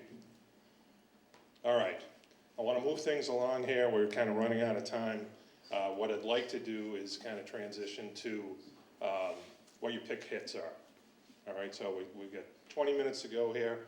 So starting with Emmerich, pick hits. I have to totally geek out on this one. I thought about this a lot. So one of my favorite things was in a back room at Belden, and Belden has a single link 4K 12 gig on a single piece of coax. See, I know. I'm weird, but that's impressive. Now, unfortunately, all the boxes are quad link, and so you need 4 cables. But that's a big advance for moving HD on a single piece of coax. That really impressed me. Check out Sony's IP Live. That was a whole workflow that I was very impressed with, from moving content over IP. That was very good. Again, I'm geeking out from the test and measurement. Tektronix had the Prism scope, which you can take RJ45 with an IP signal, plug it into the back of the scope, and there you have a waveform, a vector, and analysis. That's a great tool. So the tools have to catch up with the technology. That one impressed me. And then the stuff I spoke of, some of the ATSC 3.0 demos I watched were very impressive. My ATSC thing is, who's going to pay for it? Nobody can really answer where the money's going to come from to pay for everybody to get new transmitters and new antennas and new televisions, and I don't see the business model. Somebody probably does, but it hasn't been explained to me well yet. So and then the drone thing is cool. I was very anti-drone a couple of years ago. Like, okay, enough already. But it's gotten more of a tool. So those are my favorite things. I'm not, I looked at a lot of routers and DAs and cards that blink lights, and I get excited, but. Oh, you tell know, us more. You know, trust me, you wanna know. You know, the things that I get excited over, very few people understand. So. I looked at 5 companies. I have them rated 1 through 5 now. Now it's a negotiation tool, and you know, how much support. Bruce is waving at me because he represents Utah. Which was the 10-year. manufacturer that had the 10-year warranty? That would be Utah Scientific, yeah. So no, a lot of great stuff every year. You know, NAB. I was there for 10 days, so it's a long run. Because I do PBS TechCon now too. So it was my 26th NAB. I still love going. I learn a lot, I see a lot, and I see all my friends every year, so. Very good. Yeah. Very good. Stefan, what about you? You get any pick hits? Yeah, I got 3. One of them is really a combination of two companies doing AMT and Vislink. Both have really good solutions that they're working on. I don't think they're fully baked yet, but putting IP connectivity over our BAS band, using LTE technology to kind of connect the station to the truck in the remote field, right? And have it on a dedicated pipe that we control. So quality of service, ramping up bit rates through there, we have control over, as opposed to using the standard internet connectivity or dropping in a high bandwidth connectivity to a location because you're doing something there. So thought that was neat. It was ingenious, and I think the Vislink was like Vislink NewsNet was their product. So if you're looking for something that you can put into a microwave path that you own, it was kind of a neat technology, bi-directional. So Telestream has a new product, their Lightspeed Live server. They have the Lightspeed Stream, so for getting out to the web and capture. It solves a problem for me because I have their pipeline product, which I'm looking to probably update. Again, going back to codecs, as everybody probably knows, and if you don't, Telestream does a lot of work with transcoding files and investigating files and interrogating files and correcting problems with audio and all that stuff. But creating files on the fly to the different formats you need. So similar like variable bitrate kind of stuff for the stream, but also for me for like an archive and a mezzanine level kind of a file, which can be done in real time. Today we record it mezzanine, then we got to run it through processes and re-encode it and put it through. Now it can all be done on a single pass through, which I'm thinking is going to be very cool and streamline a lot of things. So it helps workflow. Exactly. And then the last thing was the TVU has their remote production system. It's using basic standard internet connectivity to bring back remote shots with bi-directional connectivity so you can tally things out in the field. So it's basically live production. Go out there with a couple cameras, you plug into their system, bring it back over to standard internet connectivity, and you have bi-directional IFB control, tally systems to the cameras, bring everything back to the studio, right? Use your control room for everything else and bring back all the cameras live, similar to kind of what, and I wish I would have known it at the time, but when they did the World Cup, all of that was brought back via IP, and I don't know how many people really knew that. And you could have watched every one of the cameras that came back to the States at any time by just clicking on the URL for that particular feed, and they mixed all that stuff back here. I thought that was pretty cool to hear about, but I wish they would have publicized it more. I think a lot of us would have probably tried it. And that's probably why they didn't do it. They didn't want it to bring it to its knees, right? All of us trying to hit this thing. But it proves the technology about video over IP and that you can synchronize everything. And it was a pretty impressive demonstration. So. Were there any hybrid news trucks out there, electric-powered news trucks? I know in the past we've talked about news trucks and some of the unique features that they announced. You see anything crazy in that space? No, I mean, everyone's moving towards the onboard Amgen kind of off the alternator kind of powering systems. Battery-powered systems, we've had a bad experience. not CVB, but within our group. So we want to make sure that that's truly baked. There's a lot of heat problems when you deal with nothing but battery controlled systems. And not to say that it's not going to get there, but I think what we as a standard now have really, as far as power goes for a remote vehicle, is the onboard, alternator generator solution to get away from those. No solar panels on the roof? No solar panels just yet. Yeah. Jeffrey, what about you? You got any pick hits that you want to talk about? Well, I'll mention a couple. of the geeky little things. Somebody mentioned the back booths sometimes being the more interesting ones, and I found this this guy who invented they're soft lights that have a color meter built into them. So you turn it on and it automatically balances to the prevailing color in the room. I thought that was pretty cool. So you just turn it on and it matches the color, no gels, Automation. no dialing. And they're cheap. So you might want to learn about that. I'll tell you about it. It's called soft panels. Another one was, I just saw a lot of cool robotics. I see a lot more of that happening. So instead of dollies, you just get this thing you control with remote control. There's a lot of that going around. One was a panel that I went to that it's a little bit off in a different direction, but it was from the point of view of advertising. So the CEO of Saatchi & Saatchi was talking about how the models they use to advertise on the internet, you see them all the time. You get these pop-ups. You were looking for a lawnmower last week and suddenly you're getting hit by ads for lawnmowers. Well, they're trying to now figure out a way to get that into television. And the next set-top boxes that are going to be coming down the road, and they said 3 to 5 years, would gather information on individuals just like the internet does. We all leave this trail behind of our purchases, our likes, our vacations, what we read, what we buy. So they collected information from Facebook, and then they made 100,000 customized advertisements for viewers, and they would automatically hit the right ad for the right person. So it's one-on-one advertising.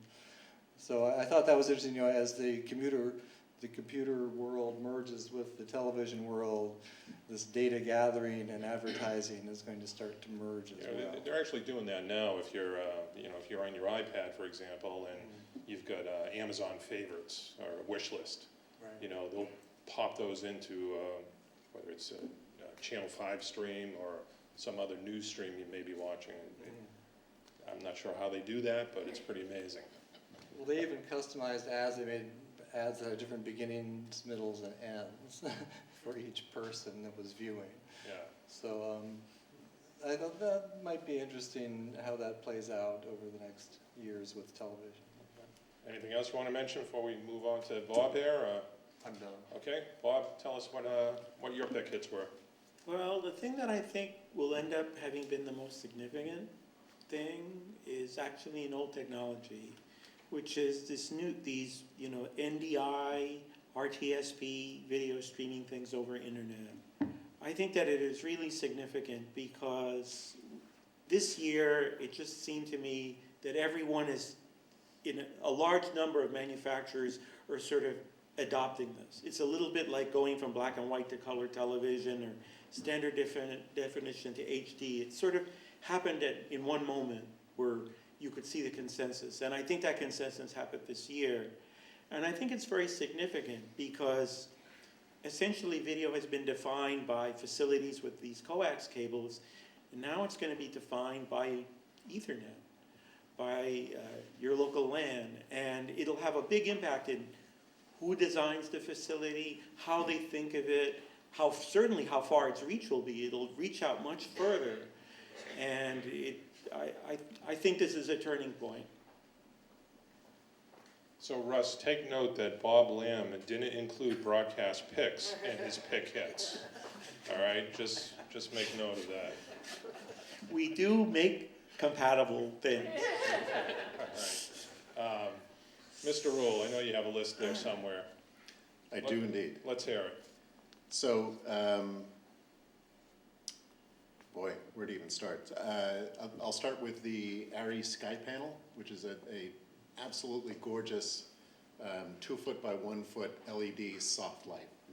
And to what I was talking about earlier, this light came out last year at NAB and everybody loved it. It was fantastic, beautiful quality of light. This year they came up with a complete firmware update for it that you could plug in a USB stick, and now it does incredible variable color, including if you're a DP and you have a favorite Roscoe color, you just plug that number in and it gives you that exact Roscoe color. And and it's bicolor too, so if you've got it set for 5600 Kelvin, it will look as if that Roscoe color is on 5600 Kelvin, or if you've got it at 3200, it'll look as if it was that Roscoe on 3200. Really cool. And of course, free of charge for the upgrade. DJI, to speak of drones, for $6,000, a 6-rotor drone that can carry, maybe 12-pound payload. So an Epic, Red Epic with a small lens on it, and What's really the flight pretty time on compelling.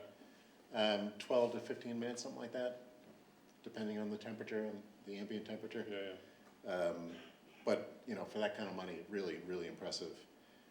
Do you guys rent drones? Are you in the drone rental business, or just? That would be disastrous, I think.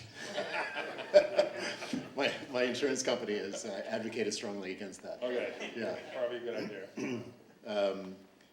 I mentioned earlier, I think blue shape batteries, which you can use an app to talk to through a wireless connection, and you can actually look at all of your batteries to see what condition they're in and how much runtime they have left. And then from a rental house perspective, I've never heard of this before, but it was kind of cool. I can program the batteries to shut themselves off at the end of the rental period. So, Wow. Do you have a that's credit cool. card swipe? That'd be awesome. That'd be awesome. So, Swipe. Plug in a square reader. Yeah, square.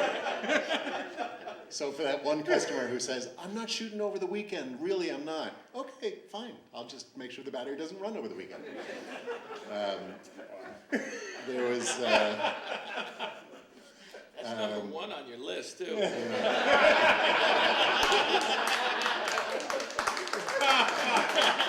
It's just interesting, I would never do it. Is it old then? Yeah.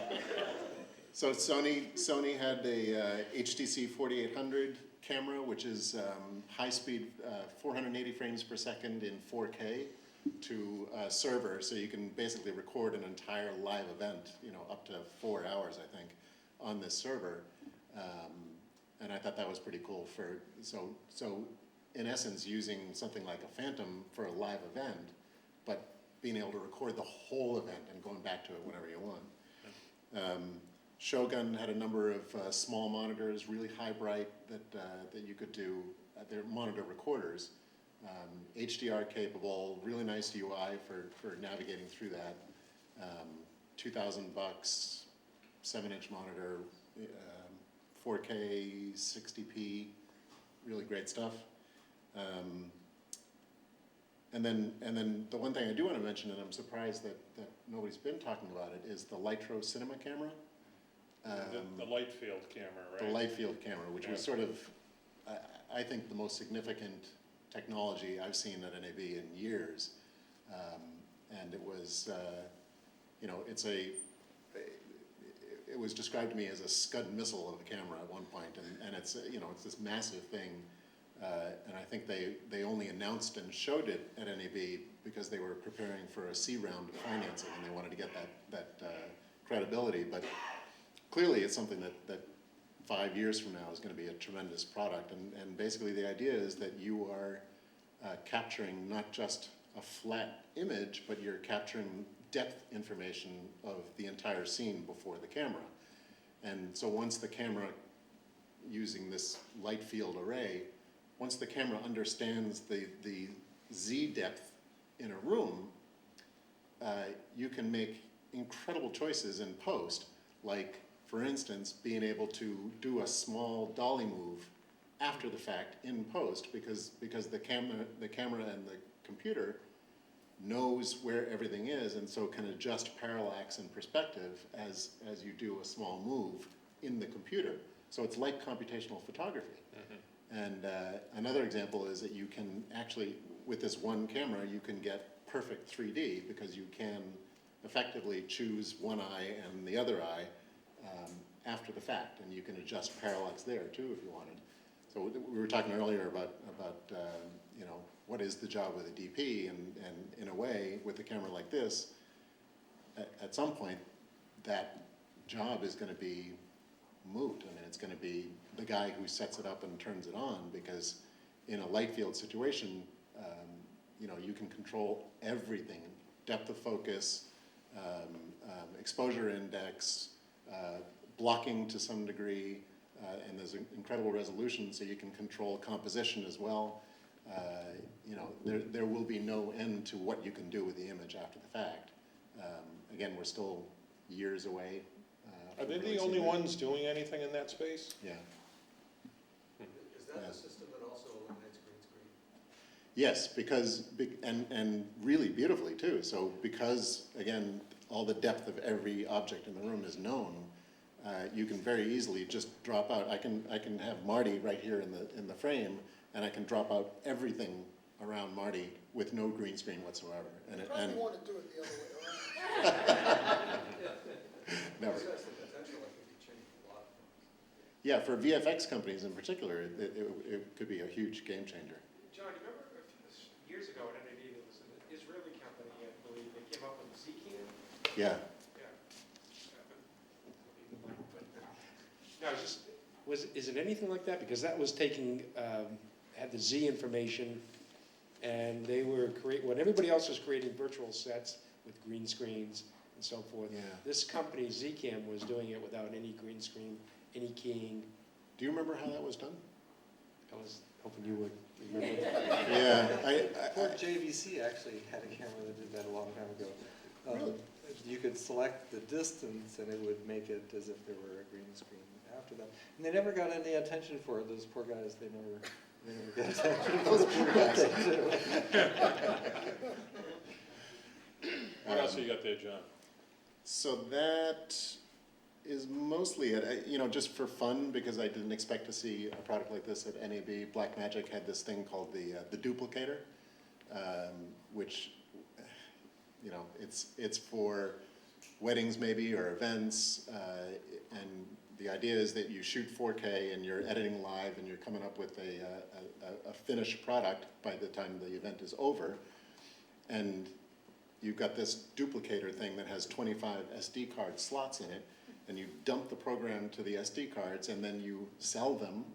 You sell the SD cards or hand them out to the audience members as they leave. And it's kind of a cool idea, you know, a potential business model. And you can stack these things up, so you know, 50, 100, whatever, depending on the size of your event. And it was just kind of a cool, different NAB product, so I like that one. And then that's about it. Oh, you got one more there somewhere. Yeah, the Aries Artemis Trinity was the only other thing that... It's worth mentioning just because of the name. Yeah, it's beautiful, isn't it? And it's another camera, you know, over the last couple of years we've seen endless amounts of gimbals.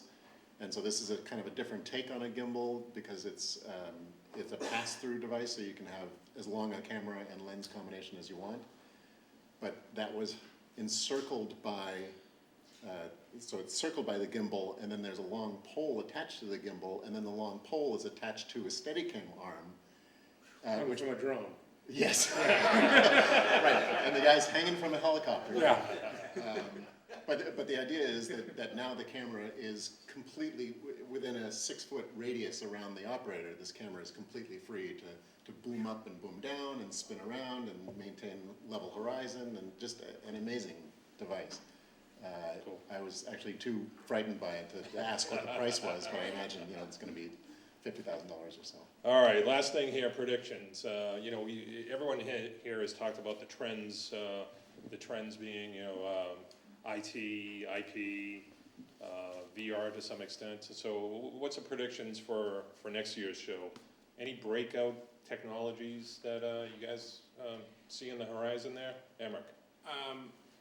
Actually, I said this 2 years ago and it hadn't happened, but I'm still concerned that the breakout will be the security of the IP systems. We haven't had any problems yet, but you know, IP security is going to come to roost eventually with this whole thing, and something's going to get crashed and compromised, And I'm really concerned still that there's an angle here, there's a lot of bad people, and somebody's gonna find a way to get in and really be a disruptive force and a very expensive thing to deal with. That's a real concern of mine that will be coming. I think it's gonna come, I hope not, I hope I'm wrong again.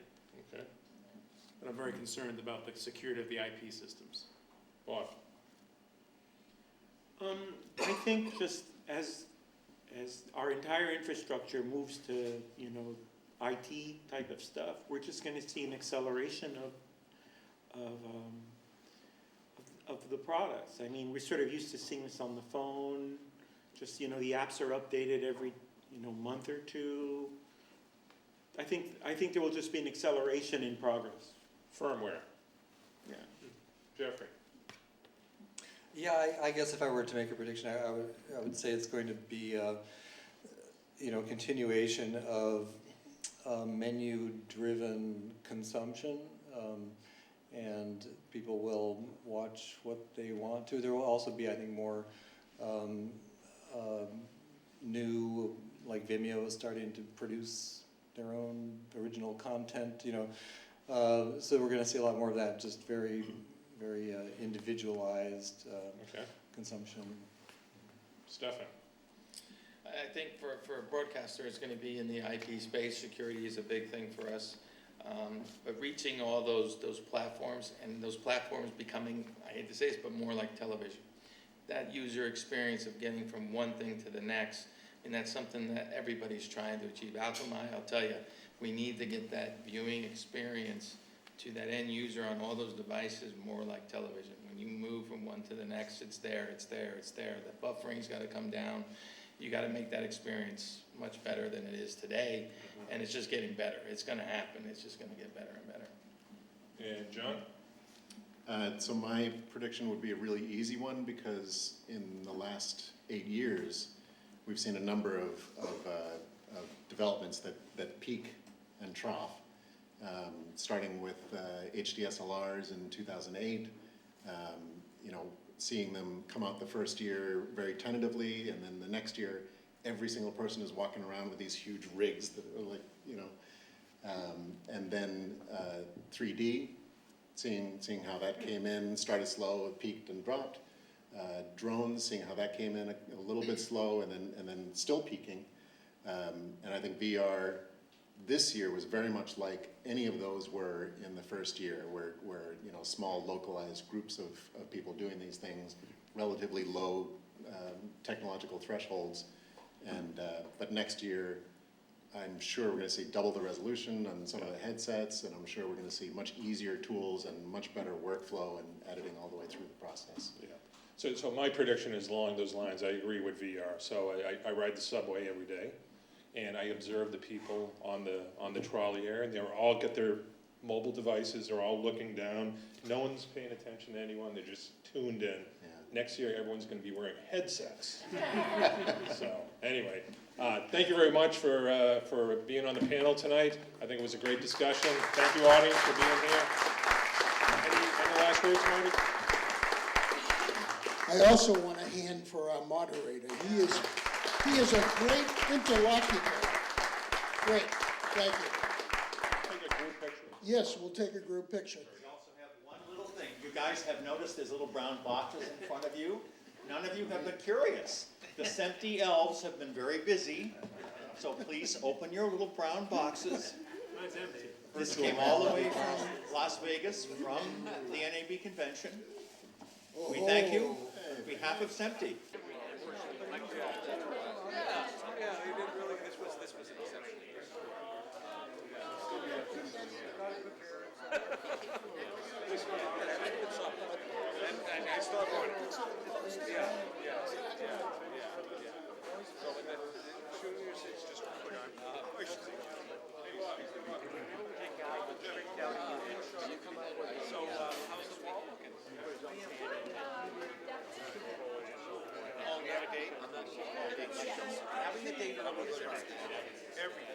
Hey, how you doing?